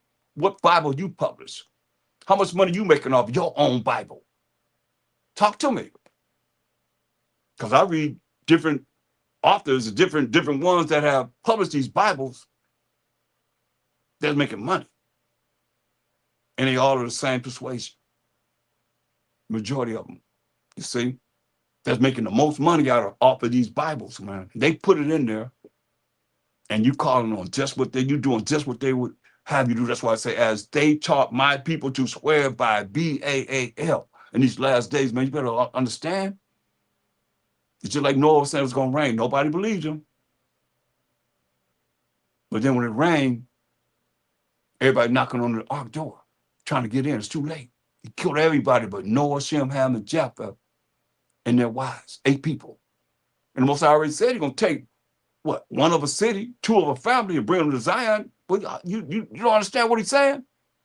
You don't need no multitude of people. He told John the Baptist, I make some stones, my people. Hopefully he won't. But he can. His ways and thoughts are not our ways and thoughts. He told Moses, I'm going to kill all of us. He killed all of us. He said, raise a nation out of you, Moses. That's how angry he was with us. You done forgot about it? Or you forgot about him being that angry, huh? That's what he told Moses. Too. Moses did give him the glory of bringing forth his water out of that rock. He told Moses, you come up here to this mountain. You see, that's where Judah, Benjamin, Levi, Simeon, Zebulun, Ephraim, Manasseh, Gad, Reuben, Naphtali, Asher, and Dan. This is where their land's going to be.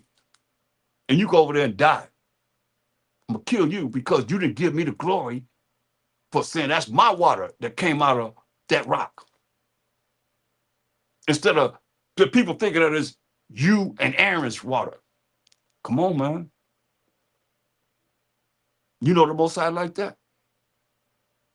That's why it's a fearful thing to fall in the hands of living power, man. But understand, what number are you, the 144,000? The 1/3 of the 12 tribes is the remnant. You can't put your number on there? You don't know what gate you going through. Guaranteed. Most I got to take you. Man, you don't need none of us, man. We need him. That's why it's so important to look at what he said. He say, You better say the Most High living. You got to learn the way of we the Israelites, you other nations. Because these other nations taught us to swear by B-A-A-L,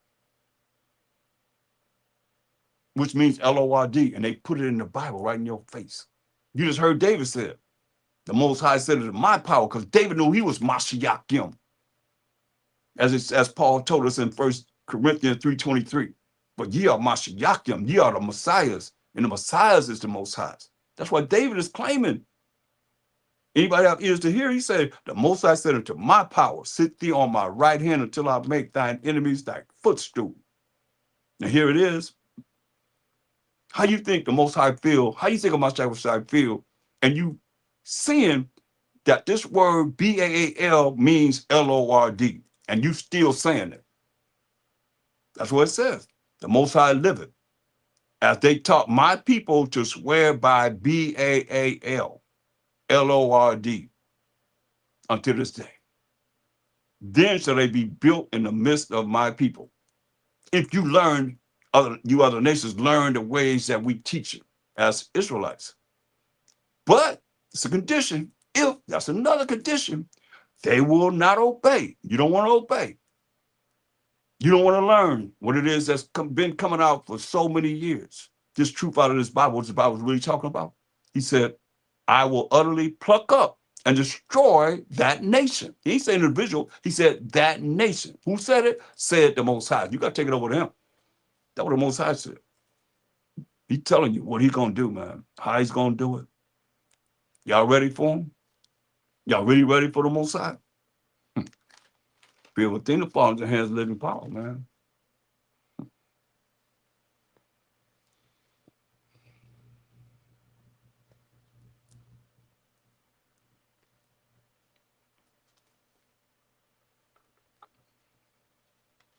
We're going to go to Matthew the 7th chapter. Matthew the 7th chapter.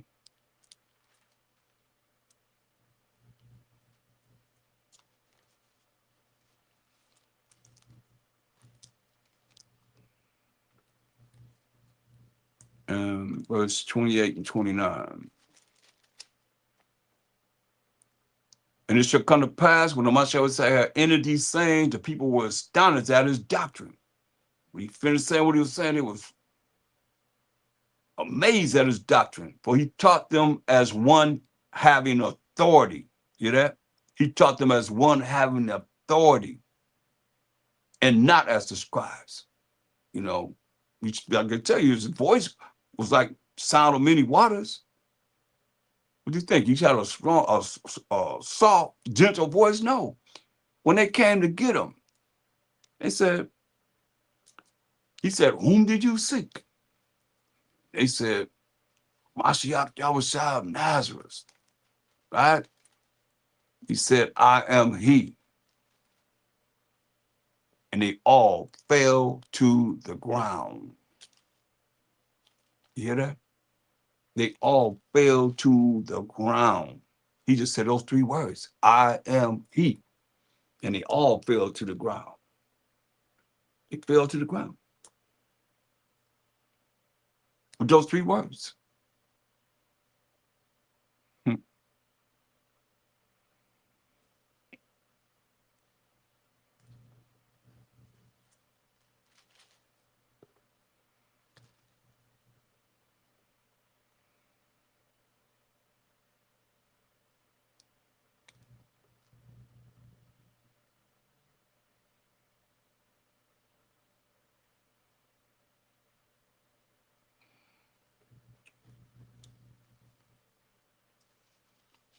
Look at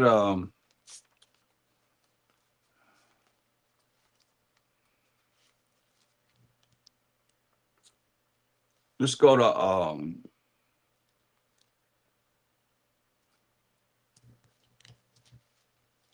Luke, the 19th chapter. Luke, the 19th chapter.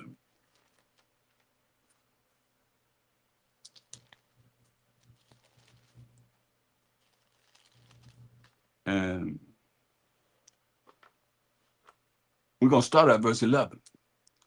And as they heard these things, when we talk about Ha Mashayach Yahawashi, he added and spake a parable, which is a riddle, like a riddle, because he was nigh to Jerusalem, near into Jerusalem.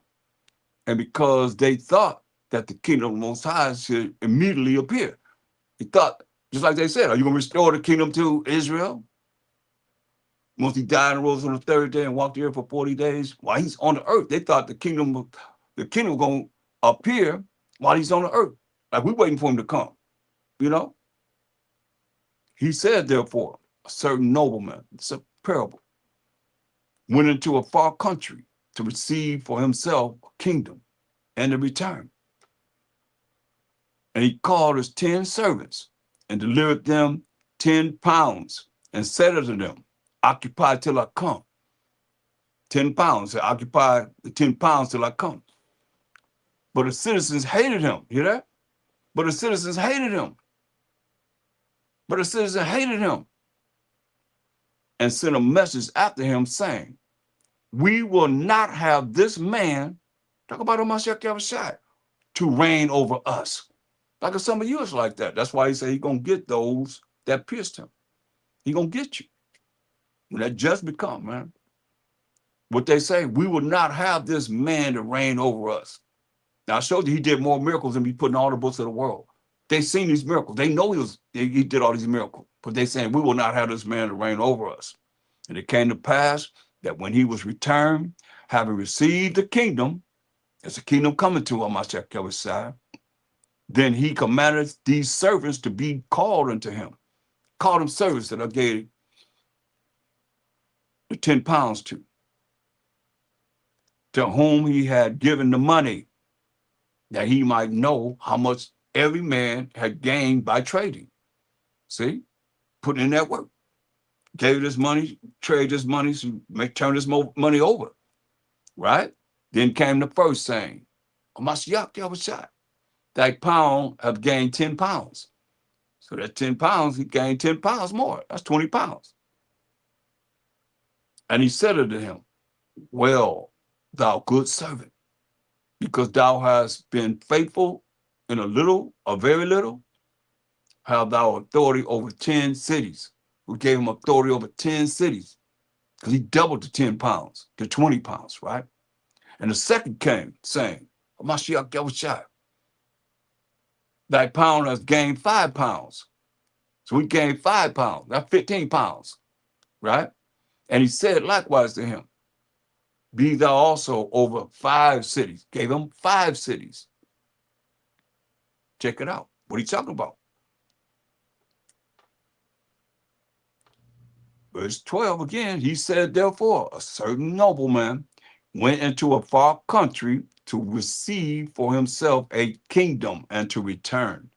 So he's letting you in this kingdom. He gave one, what? 10 cities. Because he turned the 10 pounds on to 20. The one that turned him over to 5, he gave him 5 cities. Verse 20. And another came saying, Ha Mashayach Yahawashi, behold, here is thy pound, which I have kept laid up in a napkin. So I kept this pound laid up in a napkin. They ain't did nothing with it. For I feared thee. This is why he feared him. This is Ha Mashayach Yahawashi.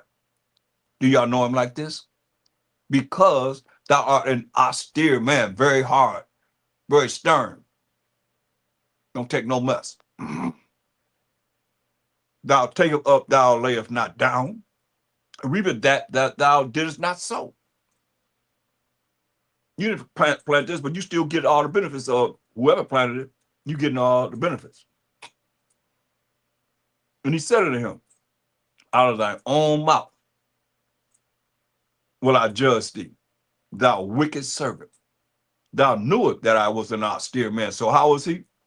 He's telling you how he is. Stern, cold, hardcore. Israelite. Or the tribe of Judah, as it says in Hebrews 7:14. It is evident that our power, Mashayach Yahawashi, sprang out of Judah, our forefather, Jacob's 4th born son. He said unto him, verse 22, out of thine own mouth will I judge thee, thou wicked servant. Thou knewest that I was an austere man. He knew that he was an austere man.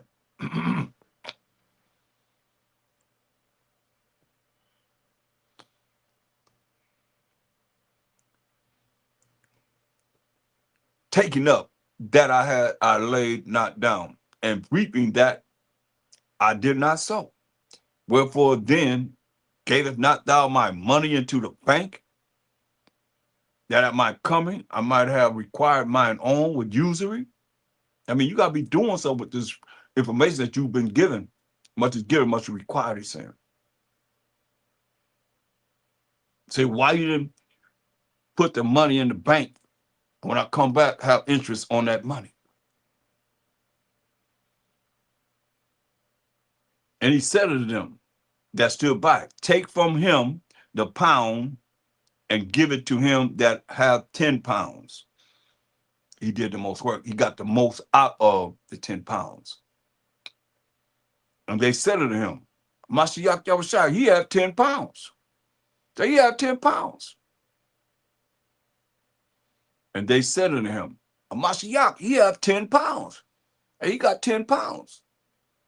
For I say unto you, this is Mashayach Yahawashi speaking, that unto every one which hath shall be given. Gotta hear what he's saying. Everyone that have shall be given. And from him that have not, even that he have, shall be taken away from him. Hear what he said? Everyone that have shall be given. Talking about the kingdom of heaven. You know? So everyone that have, you're going to be given the kingdom of heaven. Everyone that have not, even that he have, will be taken away from him and given to him that have. Understand this. Overstand this. You don't want to do the work? Okay. You're going to play him for, hey, much is given, much is required. And you're going to play him down like whatever he's giving you and calling you. Man, that's why it says revolving door. So many people have lost their mind. He most likely called them and they lost their mind because they didn't continue to go forward. They didn't endure until the end to be saved. Sad, but it's real. You see how we think? Hey man, why you gonna give him the pound? He got 10 pounds. For I say unto you, he said, that unto every one which hath shall be given. And from him that hath not, even that he have shall be taken away from him. You don't want to do this work, you don't want to be in this truth, to bring forth more fruit, more people understanding what it is that you do know. You just about yourself. And he said, hey man, build, work, do something. Put your brick in this building, man. Find your foundation. Find something that you can do. He's giving you something to do. You have something to do. You don't have nothing to do. I'll have something for you to do. Anybody needs something to do, I have something for you to do. A lot of work need to be done. And you need something to do, works, I got some works for you. You know, you see what he did? The one that had the 10 pounds, I mean, hey, you can't do enough. You can't do enough. That's why I look at that. Verse 14 again, it says, but his citizens, this is his own people. His own people. His citizens hated him. Hear that? His citizens hated him. His own people hated him. So how do you get love out of that? You hate his own people hated him.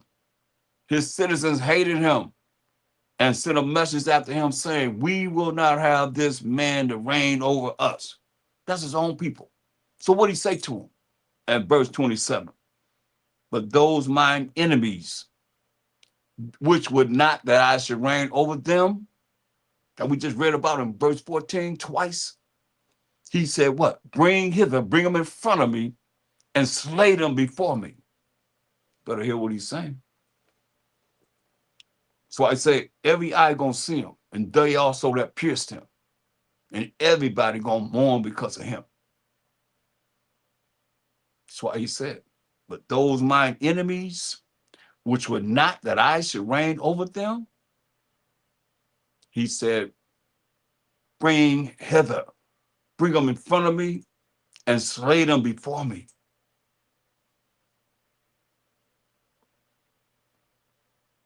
It's gonna happen, y'all. It's gonna happen. What you think is not? He said it's gonna happen. Believe this.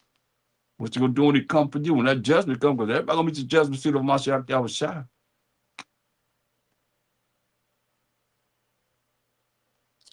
Mark, the first chapter. Go to Mark, the first chapter.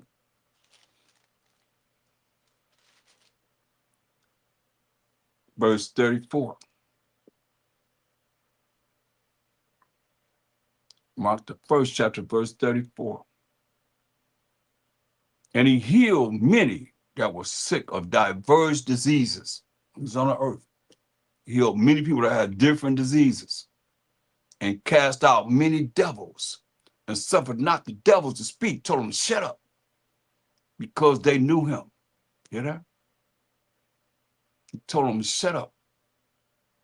Don't say nothing because they knew him. See? Why he told Israelites they had the devil in them. He wasn't love when he was on this earth. That's why he told them this. And go back to St. John, the 8th chapter, verse 44. He said, ye are of your father the devil.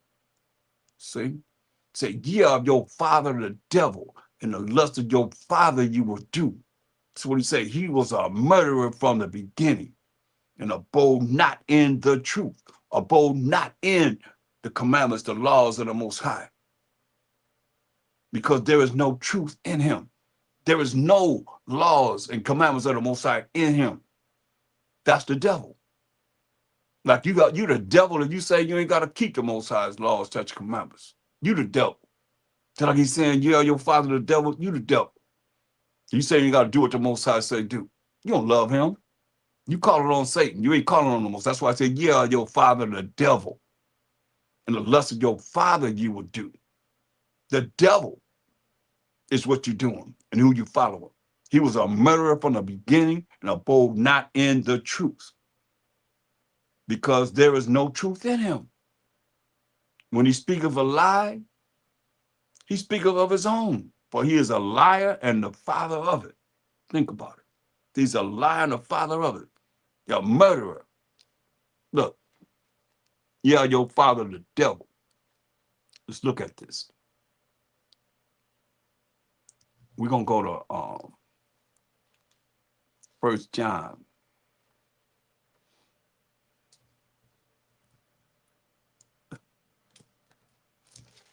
The 3rd chapter and the 10th verse. Listen. In this, the children of the Most High are manifest, and the children of the devil. See? And this, the children of the Most High are manifest, and the children of the devil. This is how you know them apart. Whosoever doeth not righteousness is not of the Most High.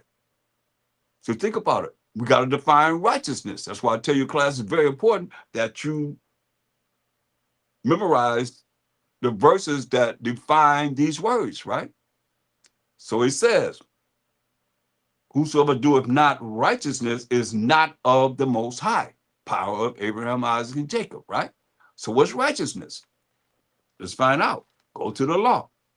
Deuteronomy 6:25. You see how these verses always come up mostly every lesson when you read the New Testament. But they're not going to go here to show you what righteousness is. But you're going to know. If you don't know, you're going to know. Deuteronomy 6:25. And it shall be our righteousness, defining righteousness. If, that's a condition, we observe to do, not just to read them, but to do all these commandments before the Most High, our power, as he have commanded us. You see? That's being righteous, to do the commandments of the Most High, his rules and regulations that he's given us, moral laws, civil laws, dietary laws, and ceremonial laws, right now that we can continue to follow. Going back to 1 John 3 and 10. And this is, in this, the children of the Most High are manifest, and the children of the devil. So you got the children of the Most High, and you got the children of the devil. Whosoever doeth not righteousness, whoever it is that don't do the commandments of the Most High, is not of the Most High. Neither he that loveth not his brother. You see? That's why he said, you are your father the devil. The lust of your father will do. He was a murderer from the beginning, right? Listen to what he said. Not as Cain, he was the first murderer. Remember Cain killed Abel? Now that's Cain, who was of that wicked one, allowed the devil to get into his head and slew his brother, Abel. And wherefore slew he him? Because his own works were evil. He didn't follow the laws of the Most High, the commandments of the Most High. And his brother is righteous because Abel sacrificed what the Most High loved, the fat, and the organs of the animal that the Most High loved as a sweet savor to himself, as a sacrifice. Cain brought some dang on crops that grew out of the ground. Most High, look, you better understand, man, what the Most High said. Hebrews 9:22. He said, and almost, Hebrews 9:22, and almost all things are by the law, purged with blood. And without shedding of blood is no remission. Straight up. So the Most High want a blood sacrifice, point blank, without a doubt. So now going back to 1 John 3 and verse 12. Now that's Cain, who was of that wicked one, and slew his brother. And wherefore slew he him? Why he kill him? Why he kill Abel? Because his own works were evil, and his brother is righteous. Started right there, man. First murderer. First murderer. Say, marvel not, my brother, if the world hates you. Say, don't marvel if the world hates you. We know that we have passed from death into life because we love the brethren. He that loveth not his brother abideth in death. You don't love your brother, man, you abideth in death. And that judgment's gonna come, and you're gonna be put to death. You don't love your brother. This is what it says, whosoever hateth his brother is a murderer. You see how he called him a devil? He called him a murderer because they hated him. They want to put him to death. You see, they tried to stone him when he said, before Abraham was, I am. Many cases when he came into the temple, he was out there teaching, point blank. They took up stones to kill him. He had to go through the crowd because it wasn't his time. And they end up killing him. Who killed him? Wicked Israelites gave him over to the Romans, so-called white man, and they put him to death. Remember it said, for dogs have compassed me, the assembly of the wicked have enclosed me, they pierced my hands and my feet. We read that in Psalms 22:16. Come on. Whosoever hated his brother is a murderer. And you know that no murderer have eternal life abiding in him.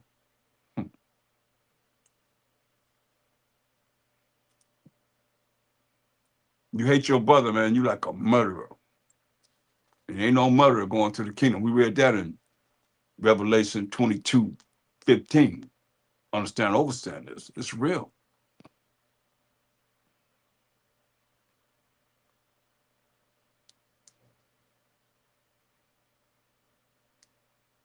Ha Mashayach Yahawashi said,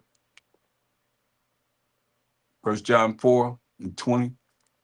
If a man say, I love the Most High, and hateth his brother, he is a liar. For he that loveth not his brother, whom he hath seen, how can he love the Most High, whom he hath not seen?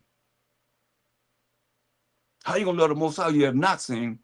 You see your brother and you're hating on your brother. You are a murderer, and you ain't going to the kingdom. And this commandment have we from him, that he who loveth the Most High love his brother also. You see?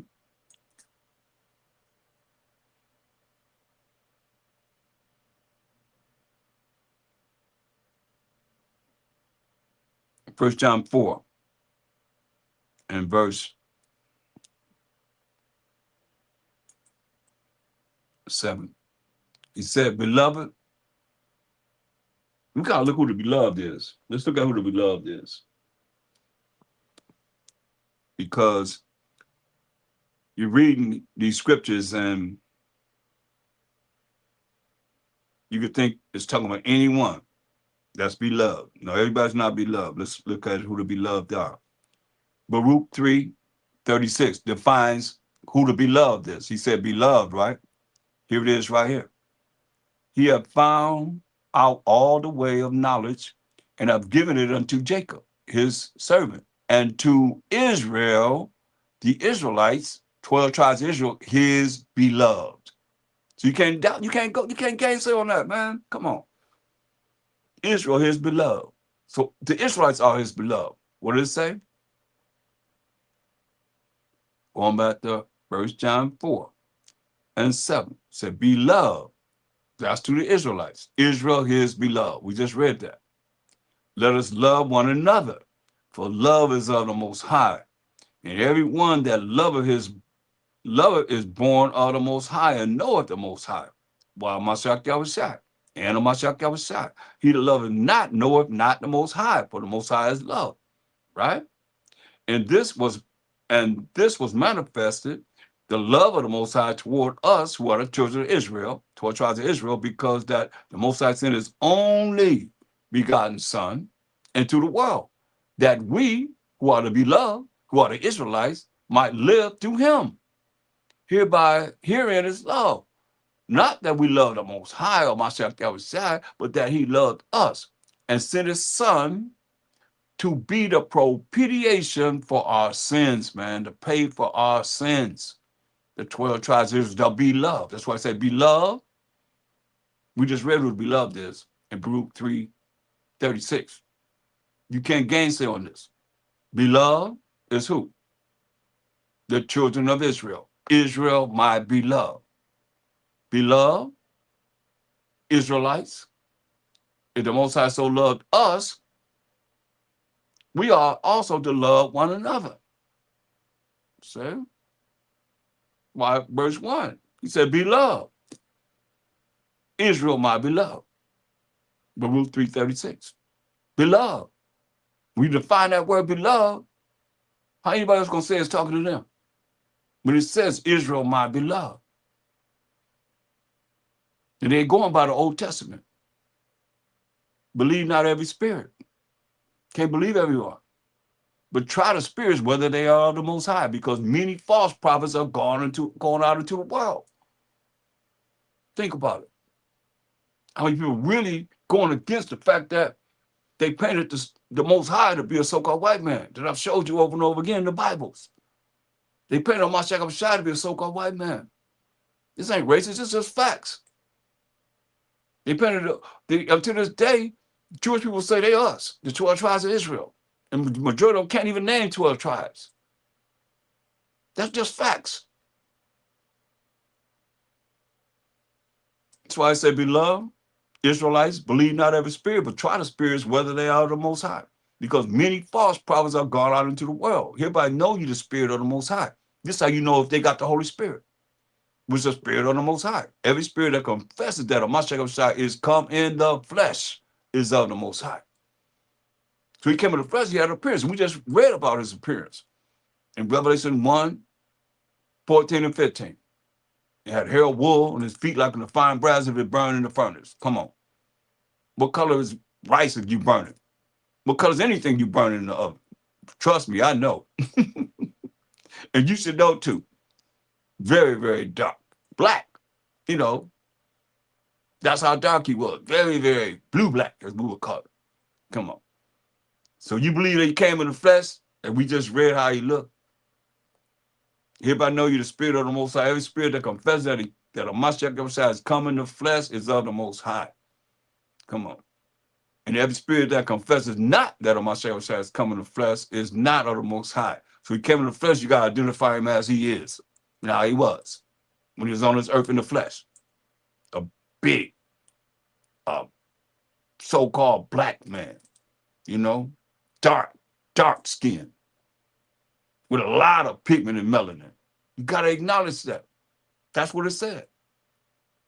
Every spirit that confesses that a Ha Mashayach Yahawashi is coming in the flesh, you know what your flesh is? Pinch yourself. That's your flesh.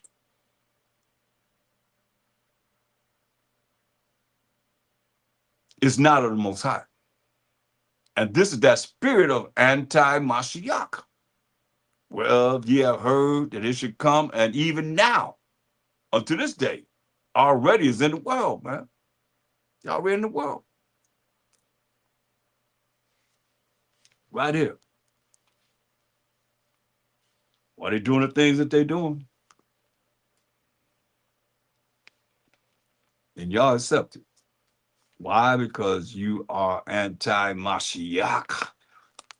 You're not dealing with him as who he really was and who he really is, man. Why? Because you're you're against him. You're against him.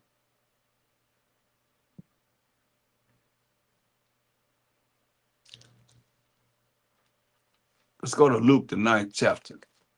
It's all about Ha Mashayach Yahawashi. Luke, the 9th chapter. Let's start at verse 1. Luke 9:1.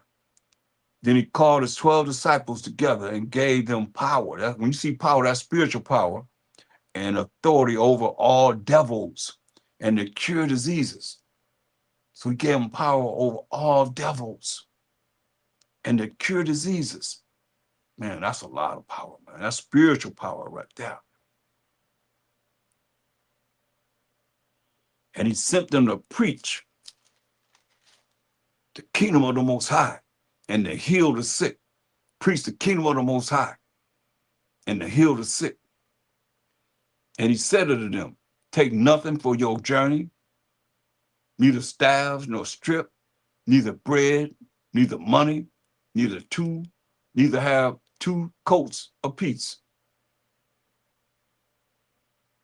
And whatsoever house ye enter into, there abide, and thence depart.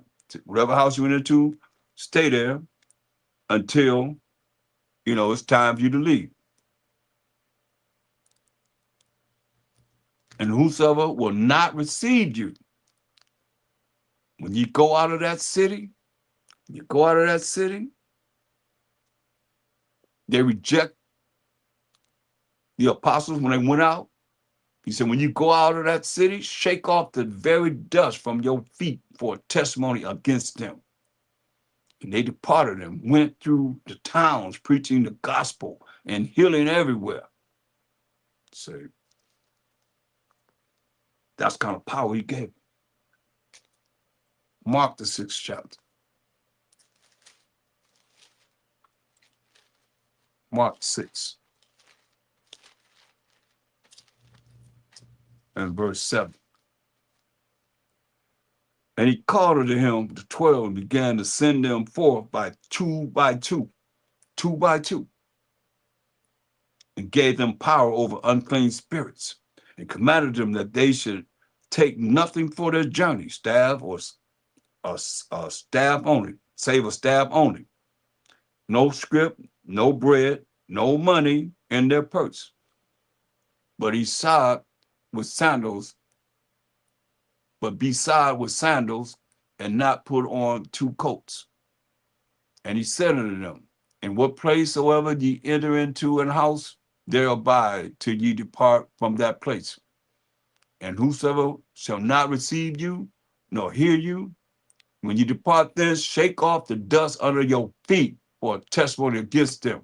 Verily I said to you, it shall be more tolerable for Sodom and Gomorrah. He burnt them cities up in that day of judgment than for that city. And they went out and preached that men should repent. That's right, man. And they cast out many devils and anointed with oil many that were sick and healed them. That's the power that he gave them.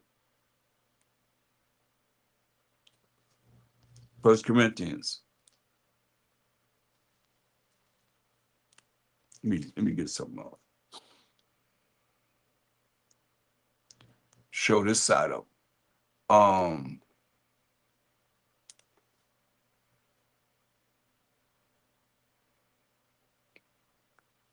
Let's look at Mark, the 6th chapter.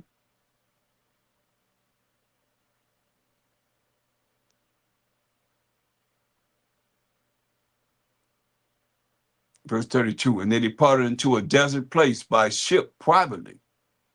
And the people saw them departing. People saw them departing on the ship, right? And many knew him and ran afoot thither out of all cities. Hear that? They on foot following.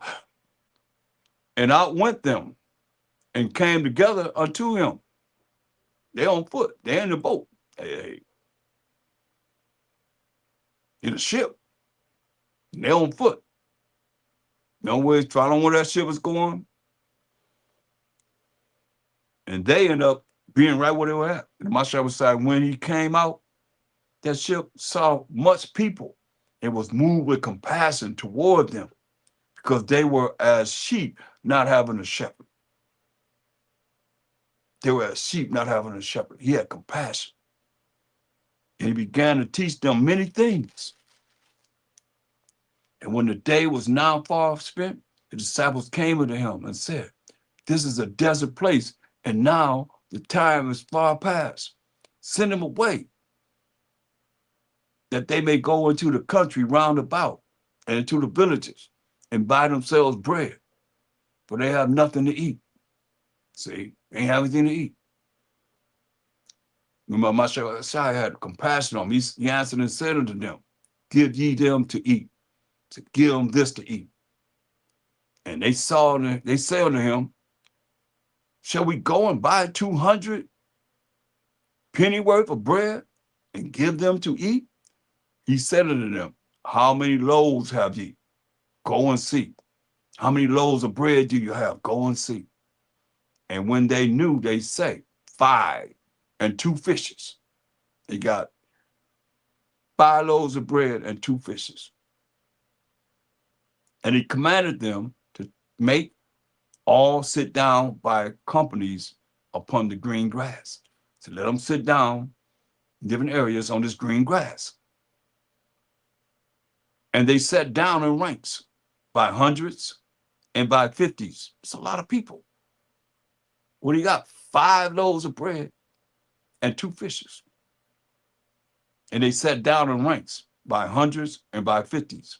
And when he had taken the 5 loaves and the 2 fishes, he looked up to heaven and blessed and brake the loaves and gave them to his disciples to set before them. And the 2 fishes divided he among them all. And they did all eat and were filled. And they took up 12 baskets full of the fragments and of the fishes, 5 loaves of bread and 2 fishes. And they took up 12 baskets full of the fragments and of the fishes. And they that did eat of the loaves were about 5,000 men. Remember, he put them in hundreds and 50s. And straightway he constrained his disciples to get into the ship and to go to the other side before unto Bethsaida, while he sent away the people. So you go on the ship, I'm going to send away the people.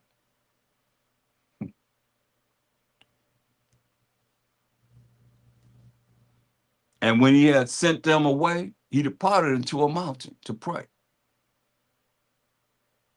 Who he praying to, himself? All you that say that he's the Most High? Why you got to pray if he's the Most High? And when evening was come, the ship was in the midst of the sea, and he alone on the land. And he saw them toiling and rowing, for the wind was contrary unto them. Wind blowing strong, and the ship going up and down, just going all around, right? And about the 4th watch of the night, he cometh unto them walking upon the sea, and would have passed by them. But when they saw him walking upon the sea, they supposed it had been a spirit and cried out. He said, it got to be a spirit, and cried out. Did you know that? There are spirits. There are angels. That's why I tell you in Hebrews 13 and 2, he thought it was a spirit, right? Hebrews 13 and 2.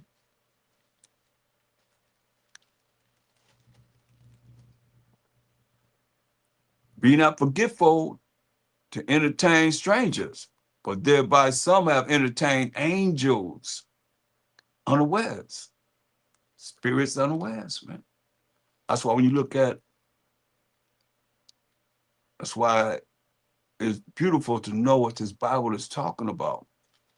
Get understanding, because it tell you in Colossians 1:14, in whom we have the redemption through his blood, Ha Mashayach Yahawashi blood being shed for the 12 tribes of Israel, even the forgiveness of sins, who is the image of the invisible power.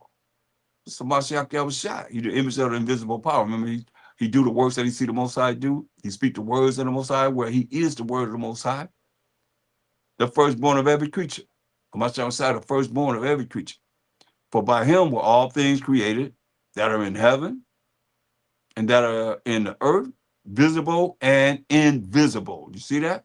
He made things visible and invisible, things that you can see and things that you can't see. Whether they be thrones or dominions or principalities or powers, all things were created by him and for him. And he is before all things. He's the first creation of the Most High. And by him, all things consist. You see?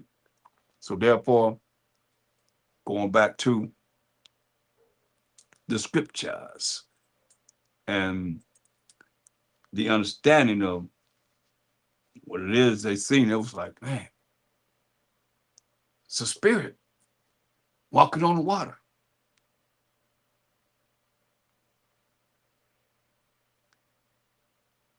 Going back to Mark 6:49. But when they saw him walking upon the sea, they supposed it had been a spirit and cried out. But they all saw him and were troubled. Immediately he talked with them and said unto them, be of good cheer. It is I, be not afraid. And he went up unto them into the ship, and the wind ceased. And they were so amazed in themselves beyond measure and wonder. For they considered not that the miracle of the loaves, but their heart was hardened. See, they forgot about. He fed 5,000 with 5 loaves and 2 fishes. Remember we read, he did more miracles than we put in all the books of the earth could not contain all the miracles he done.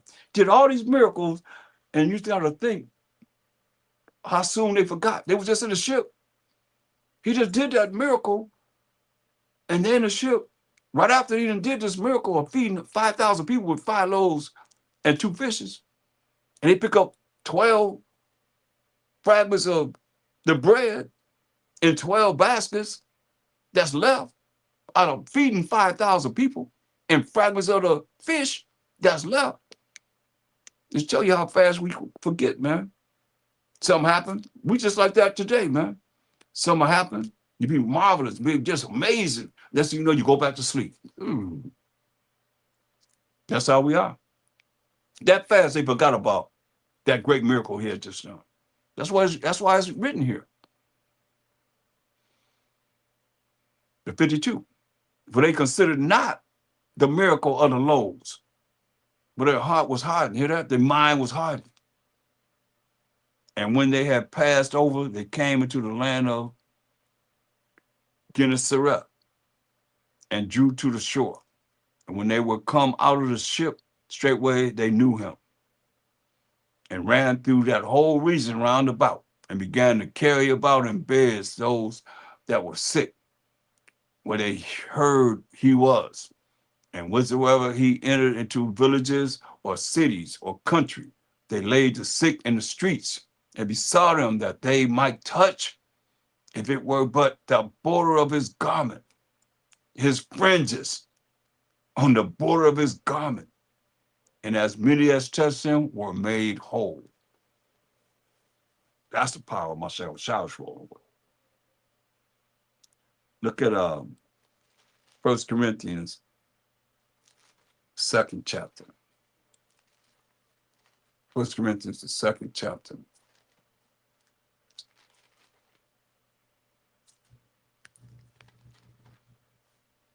Like and subscribe to the channels. 1 Corinthians 2, hit the notification bell so you'll know whenever we have lessons coming out. It's very important. 1 Corinthians 2 and 14. It says, but the natural man receiveth not the things of the Spirit of the Most High. You know, a man in the flesh, he's not going to receive the things of the Spirit of the Most High, but they are foolishness unto him. Neither can he know them, because they are spiritually discerned. You see, a man of the world, they're not going to understand this. They can't relate to this, as far as being spiritual. Even the things that we just read, to believe it. They don't believe that. But he that is spiritual judges all things. Yet he himself is judged of no man, because he's going to be judged by the way he judged, and knowing that we're going to judge by what the word of the Most High says. So you got to know it. You got to learn it. You got to live it. You got to apply it in your life. If you learn it, you live it, and you apply it in your life, then you're going to be doing what's right to the best of your ability. Why you're not going to be judged, though, man? Because they're not going to find no sin in you. For who have known the mind of the Most High? Who have known the mind of the Most High, that he may instruct him? You're going to tell the Most High what to do, like y'all do at the end of your prayer, saying, so be it. So be it. AMEN. So be it. You instructing the Most High. Get some humility out of that. But you do it, and you justify yourself doing it, because you're nothing but a bunch of robots and robotees following what man have said, and not really looking at that's Zeus last name that you're calling on. How you see the Most High feel about that? Especially now, do your research and find out, and you're going to still do it? Oh, spirit within, fall in the hands of living power. But he that is spiritual judges all things, yet he himself is judged of no man. But who have known the mind of the Most High, that he may instruct him? That what you're doing? You heard what I said in my prayer, Most High? So be it. Let it be done. I asked brothers, what does it mean? That's how they came. So be it. What does AMEN mean? And we say AHMAN. I know, because I said it myself. But then when I looked at praying to the Most High sincerely for my brothers and sisters that really needed prayer, and I'm saying, so be it, and I really need him to come through sincerely for these people. And I'm telling him, so be it. That humbled me. I never said it again. And then when I asked brothers what it means, they were saying, so be it. What it means? So be it. What does it mean? AMEN. So be it. Wasn't no humility in that. You get humility out of that. You get humility out of, you heard what I said. Let it be done. So be it. Come on. You get that out of, I mean, that's why I say you got to understand how we've been programmed to offend the Most High. Because when we come back to the Most High and we really sincerely look at the ways that we have offended him and are offending him and stop doing it, he's going to love us again, man. He's going to get us up out of here. Instead of watching this on the earth, why should he send us into a salvation that's promised to us, and we steady telling him, you heard what I said. You can't say it humble. Say it to me. Comment. Show me how you saying it humbly before the Most High. You ain't asking the question, so be it. That's why it says, for who have known the mind of the Most High, his ways and thoughts, not our ways and thoughts, that he may instruct him. That's what you're telling him. You were giving them an order, so be it. But what I said, come on. But we are the mind of a Mashayach. That's why I read in 1 Corinthians 3:23, and ye are Mashayachim. And Mashayach is the Most High's. You better understand, man. This is serious. This is real serious. But you can take it light if you want to. You can think I'm being technical if you want to. Before the Most High. Let's go before the throne of the Most High. You go before the throne of the Most High with me. Let's go together. And you tell the Most High I'm being technical about how I feel that we are offending him and you are offending him by calling him Zeus at the last words that you had to say after your prayer. That's Zeus last name. Going all the way back to the Egyptian god Amenra. I'm willing. Let the Most High judgment come how it's going to come. That's how serious I feel about this. Let's do it. You got all this to say, that to say. Let's do that. If you think you're so sure that you could just keep on doing what they done put in here against us, to have us do the things knowing that we went into captivity for our iniquity, and the Most High, the only one that's going to redeem us from our captivity, and have you going against them, man, you better think again. 2 Ezra 4:1. An angel in the Apocrypha. 2 Ezra 4:1. And the angel that was sent unto me, it's always an angel sent unto us, which is a spirit, whose name was Uriel, gave me an answer, gave him understanding, and said, thy heart have gone too far in this world. Like a lot of y'all, minds have gone too far in this world. Why say you carnal minded? And thinkest thou to comprehend the way of the Most High?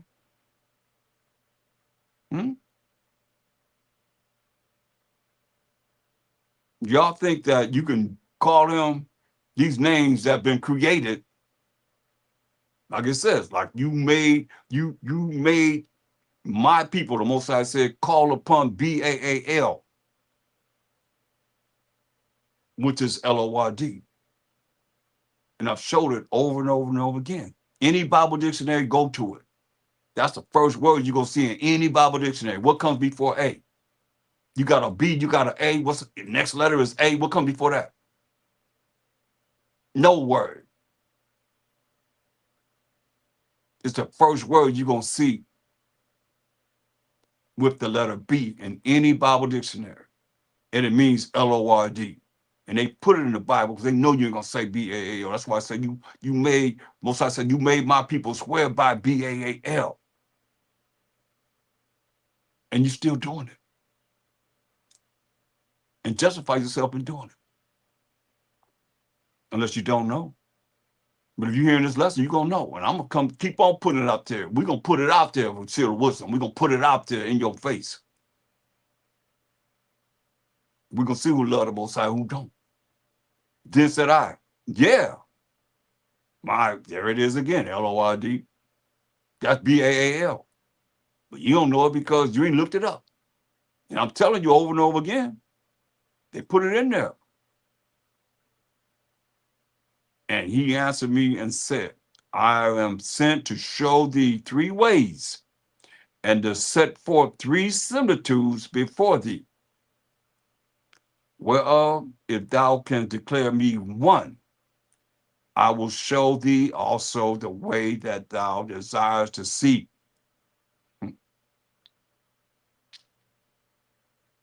And I shall show thee from whence the wicked heart cometh. So I'm going to show you the way the wicked mind cometh. Because Ezra when you read Ezra, he was so deep, like we are as most brothers into Israel. And not the Most High. Enough, I might say, and Ha Mashayach Yahawashi. Look what he was saying.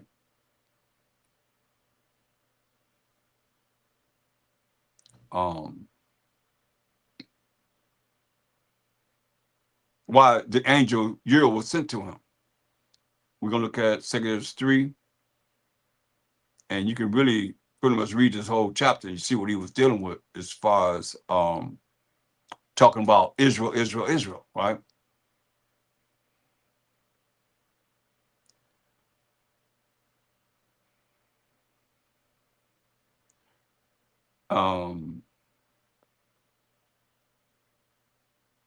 Let's start at verse 26. It says, and in all things did even as Adam and all his generations had done, for they also had a wicked heart, a wicked mind, right? And so thou gavest thy city over into the hands of thine enemies. So we broke the laws of the Most High. And their deeds then, say, excuse me, are their deeds, like you, then any better than that inhabit Babylon, that they should therefore have the dominion over Zion, over the children of Israel? With Zion, when you read Isaiah 51:16, he's saying, are these Babylonians better than the Israelites, that they should have possession of us? Who's Zion? Over Zion, who's Zion?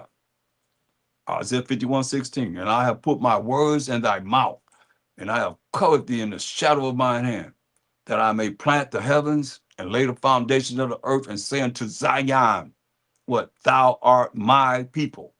And we read, who's my people? Matthew 2:6. Zion is the Most High's people. Who is Zion?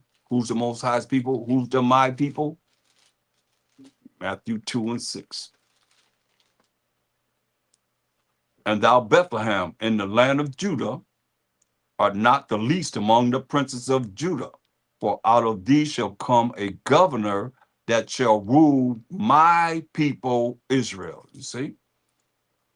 So Ezra's crying about the Babylonians, having dominion.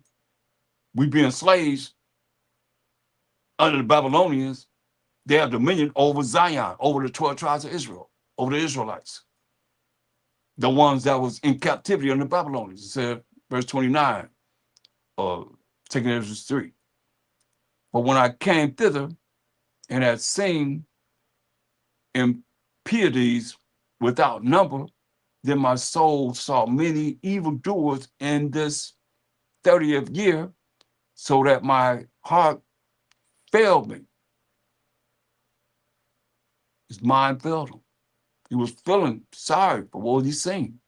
For I have seen how thou sufferest them sinning, because they weren't given the laws of the Most High. We were, as the children of Israel, and have spared wicked doers, and have destroyed thy people, and have preserved thine enemies, and have not signified it, destroyed us Israelites, and preserved the enemies. He's saying, I do not remember how this way may be left. Are they then of Babylon better than they of Zion? Are they? He asked the second time. He said, hey, are these Ethiopians, these Cushites, these Babylonians better than the 12 tribes of Israel, the Most High's chosen people? He said, or is there any other people that knoweth thee beside Israel? Or what generation has so believed thy covenants as Jacob? What generation has believed the laws, the agreement, the commandments that the Most High gave to the 12 tribes of Israel? And yet their reward appeareth not, and their labor have no fruit. But I have gone here and there through the heathen, and I see that they flow in wealth, and think not upon thy commandments. That's what he's saying. Like we can say the same thing. We see that the heathen flow in wealth. And they're not keeping the commandments of the Most High. But look what he said. Weigh thou therefore our wickedness, that ours the 12 tribes of Israel, the Israelites' wickedness, now in the balance, and theirs also that dwell in the world. And so shall thy name nowhere be found but in Israel. Like right now. Ain't none of y'all talking about the power of Abraham, Isaac, Jacob, Jacob being the forefather of the 12 tribes of Israel, who was Judah, Benjamin, Levi, Simeon, Zebulun, Ephraim, Manasseh, Gad, Reuben, Naphtali, Asher, and Issachar. What nation? What religion? If thou might say. I ain't heard it.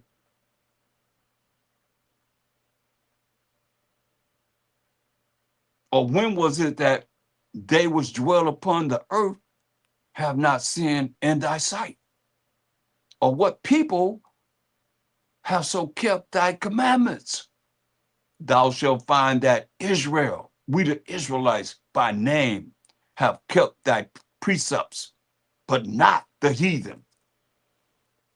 That's why the angel Uriel was sent to Israel. He said all that, but you can go back, he said a lot more than that if you read the whole chapter. I'm just giving you that what he said. So now he got an answer to Ezra. Taking Ezra 4:1. And the angel that was sent unto me, whose name was Uriel, gave me an answer, gave him understanding, and said, thy heart, your mind, have gone too far in this world, and thinketh thou to comprehend the way of the Most High. That's why say, who had the mind of the Most High? We had the mind of Ha Mashayach Yahawashi. So you think you're going to have the mind of the Most High? You can comprehend the way of the Most High? His ways of thoughts, not our ways of thoughts. Then said I, yeah, my power. That's pretty bold, ain't it? You got a mind of the Most High? You got a mind of the Most High? Look what he said, what the Most High said. And these are the things that it's not something that's not known.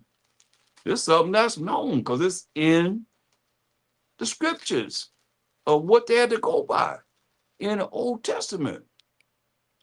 What does it say? It says in Isaiah 55:8. It says, for my thoughts are not your thoughts. Isaiah 55:8. It's the Most High. But my thoughts are not your thoughts. Neither are your ways my ways, said the Most High. For as the heavens are higher than the earth, so are my ways higher than your ways, and my thoughts than your thoughts. See? Thus said the Most High. So his ways are not our ways. His thoughts are not our thoughts. We can't comprehend the mind. That's why I say, who had a mind of the Most High going to tell him, going to instruct him? He just was feeling himself. So he got an answer. Going back to 2 Ezra 4:1. And the angel that was sent to me, whose name was Uriel, gave me an answer and said, thy heart, which is your mind, the way you think, have gone too far in this world, and thinketh thou to comprehend the way of the Most High? Then said I, yeah, my power.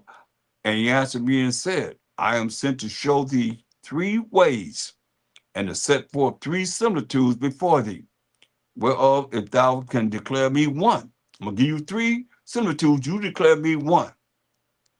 I will show thee also the way that thou desire to see, and I will show thee from whence the wicked heart cometh, wicked mind cometh.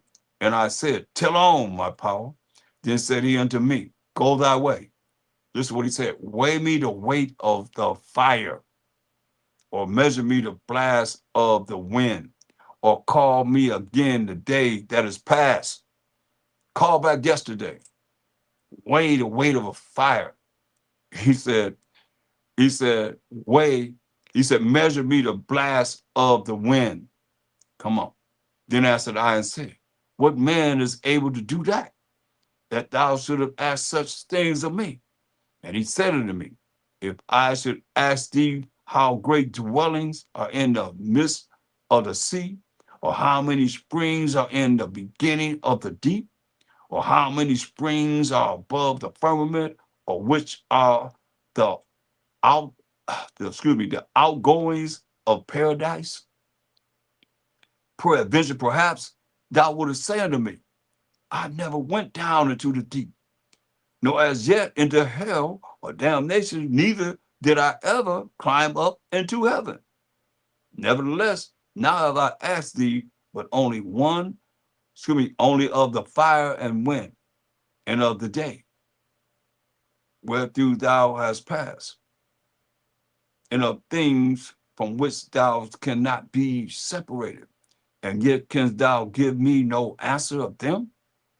He said, moreover unto me, thine own things, and such as are grown up with thee, canst thou not know? How should thy vessel then be able to comprehend the way of the highest? And the world being now outwardly corrupted, that he's in, to understand the corruption that is evident in my sight? Then said I unto him, it were better that we were not at all. Hear that? It said, it better we weren't even born at all, than that we should live still in wickedness and to suffer and not to know wherefore. He answered me and said, I went into a forest, into a plain, and the trees took counsel.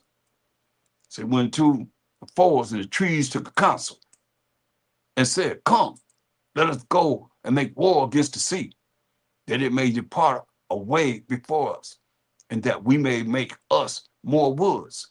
So let's go and multiply trees to move the sea back. We may have more trees.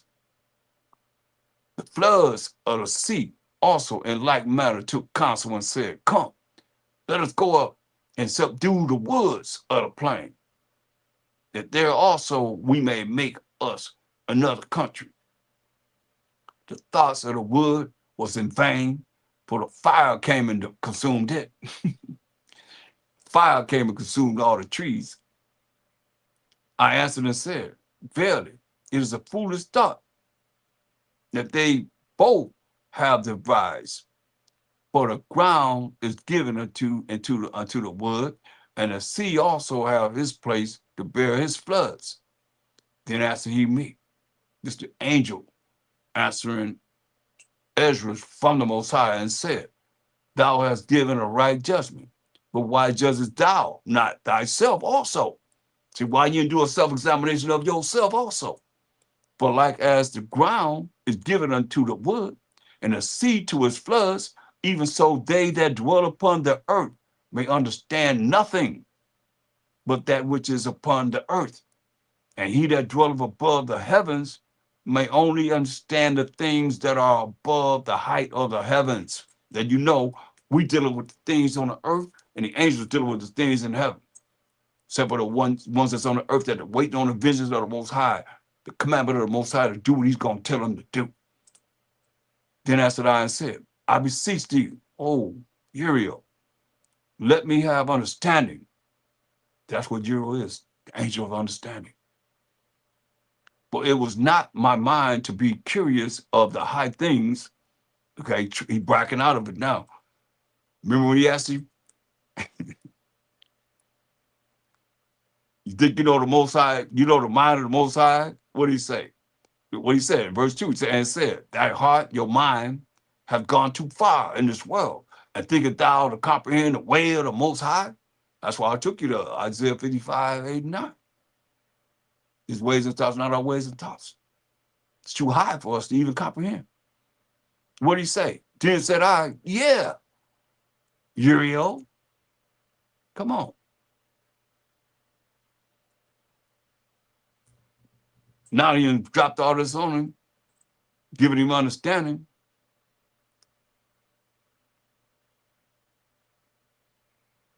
Verse 22 says, then answered I and said, I beseech you, Uriel, let me have understanding. For it was not my mind to be curious of the high things, but of such as pass by us daily. Namely, wherefore Israel is given up as a reproach, a disgrace to the heathen. And for what cause the people whom thou hast loved is given over unto unrighteously nations. And why the law of our forefathers is brought to naught, as it is this day, primarily with most of the people that's on this earth. And the written covenants come to none effect. The written covenants, the laws and the commandments and the contract that the Most High had with the Israelites has come to none effect. And we pass away out of the world as grasshoppers. And our life is of astonishment and fear. And we are not worthy to obtain mercy. What will he then do unto his name whereby we are called? Yah, Shar, of these things have I asked. Then answered he me and said, the more thou searchest, the more thou shalt marvel. For the world hastens fast to pass away. It cannot comprehend the things that are promised to the righteous in time to come. But this world is full of unrighteousness and infirmities. Straight up, man. But as concerning the things whereof thou askest me, I will tell thee. For the evil is sown, but the destruction thereof is not yet come.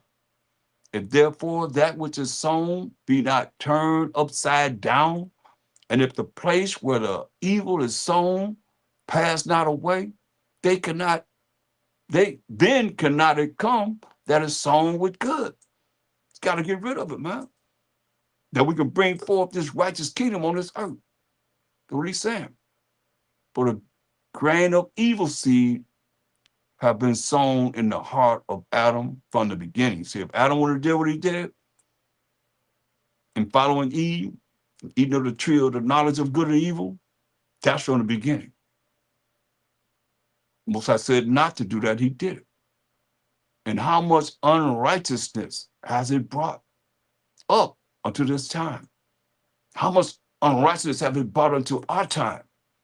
We back in the Babylonian Empire. We talk about the Persian Media Empire, the Greek Empire, the Roman Empire, the Byzantine Empire, to the new birth of the so-called white man coming to the power, the Renaissance, all the way to now. Think about all the evil that's in the earth now, beyond imagination. He's talking about the evil that he's seeing in this captivity. Ponder now by thyself how great fruit of wickedness the grain of evil seed have brought forth. And when the ears shall be cut down, which are without number, how great a floor shall they feel? And you know, man, when that harvest come, he's saying, how great a floor shall it feel of the dead bodies that's going to have to be done away with to bring forth righteousness on this earth. Thence I answered and said, how and when shall these things come to pass? Wherefore are our years few and evil? And he answered me, saying, do not thou hasten above the most highest, for thy haste is in vain to be above him. But thou hast much exceeded. And what he's asking to know.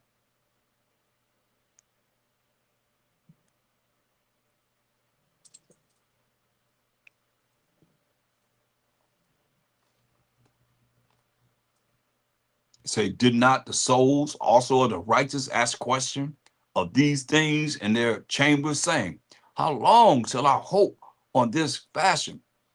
When cometh the fruit of the floor of our reward?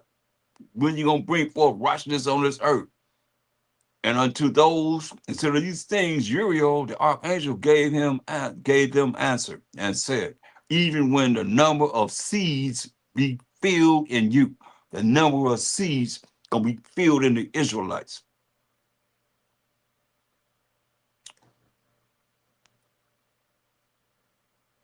For he hath weighed the world in the balance. That's why when we read in Acts, the first chapter, the 6th verse, they asked Ha Mashayach Yahawashi, you gonna restore the kingdom to Israel? And what did Ha Mashayach Yahawashi tell them? It's only the Most High that knows when he's gonna do this.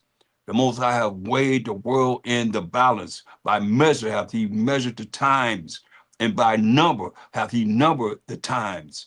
And he does not move nor stir them until the said measure be fulfilled.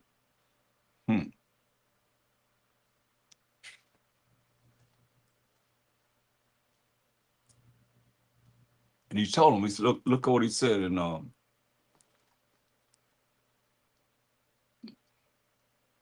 it's a certain period of time that we're looking at. Just one I'll give you here. And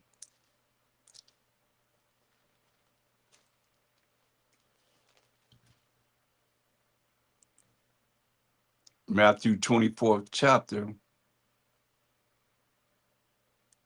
he said, and it's going to be so much evil on this earth. He said, I'm not sure what I said.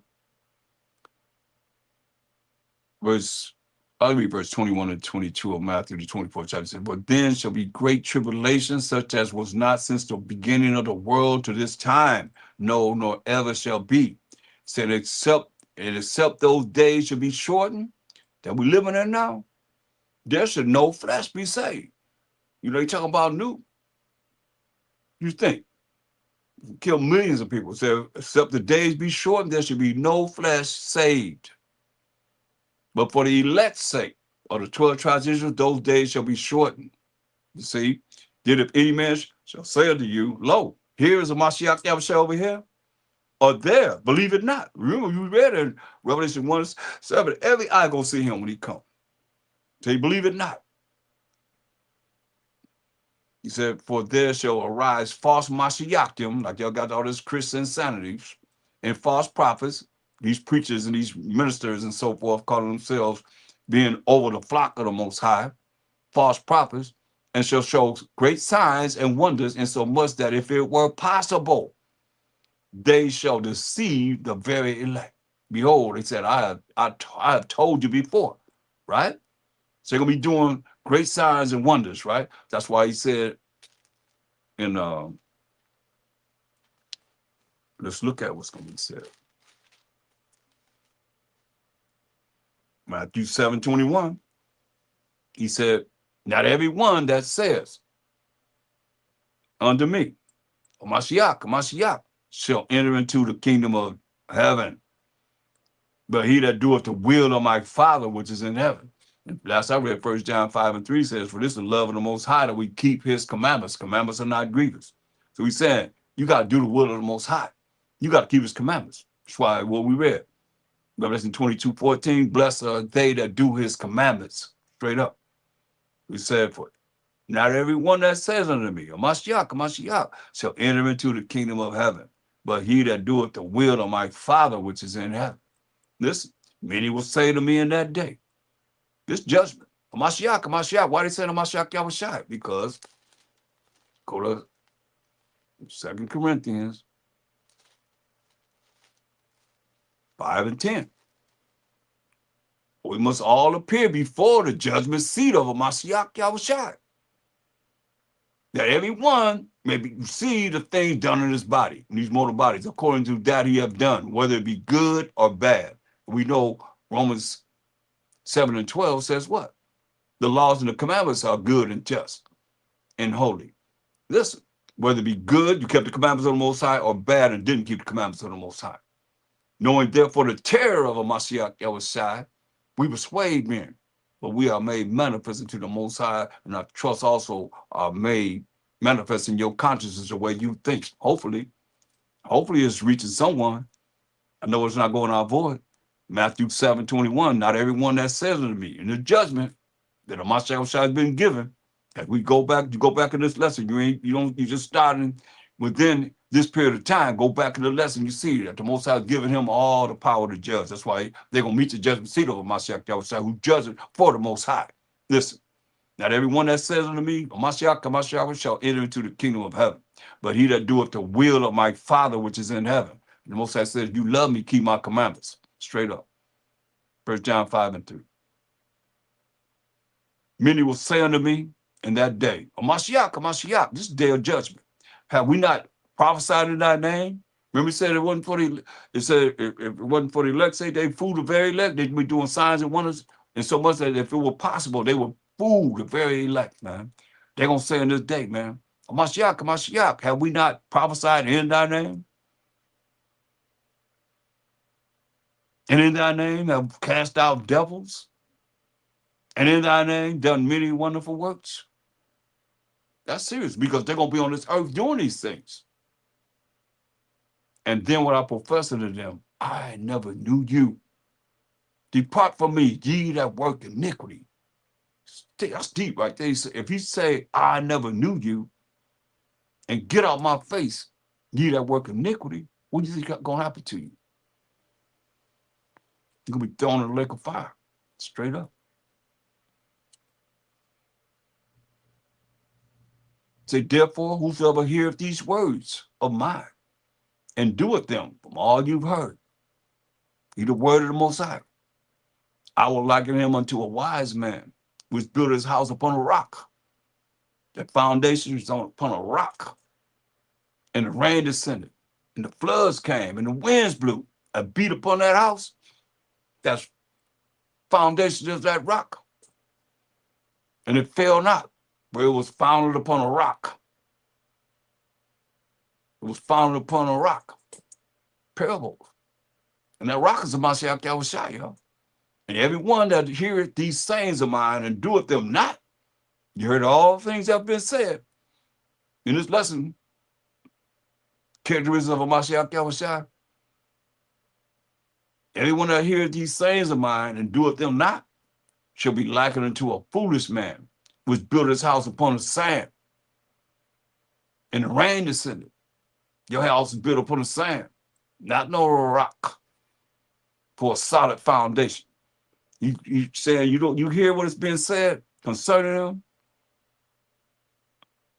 Everyone that heareth these sayings of mine and doeth them not shall be likened unto a foolish man which built his house upon the sand. And the rain descended, your house on the sand, right? And the floods came, your house on the sand, right? And the winds blew, your house on the sand, right? And beat upon that house, and it fell, and great was the fall of it. And it came to pass when Mashayach had entered these sayings, the people were astonished at his doctrine, for he taught them as one having authority, and not as the scribes. Straight up. So you got a choice. Hear what he's saying, do what he's saying, apply it in your life, and change. Simple as that. And like and subscribe, hit the bell to be identified whenever any new lessons are coming out. We have many different lessons that's going to be coming out. Almost 7,000 on just my page, Freestyle Wham alone. And we have Shit of Wisdom Israelites. Y'all got to tune in. And with that, I say, Kwam Most High, Kwam Ha Mashayach Yahawashi, and Kwam Yasharala. And I'm out. Shalom. Water for joining me.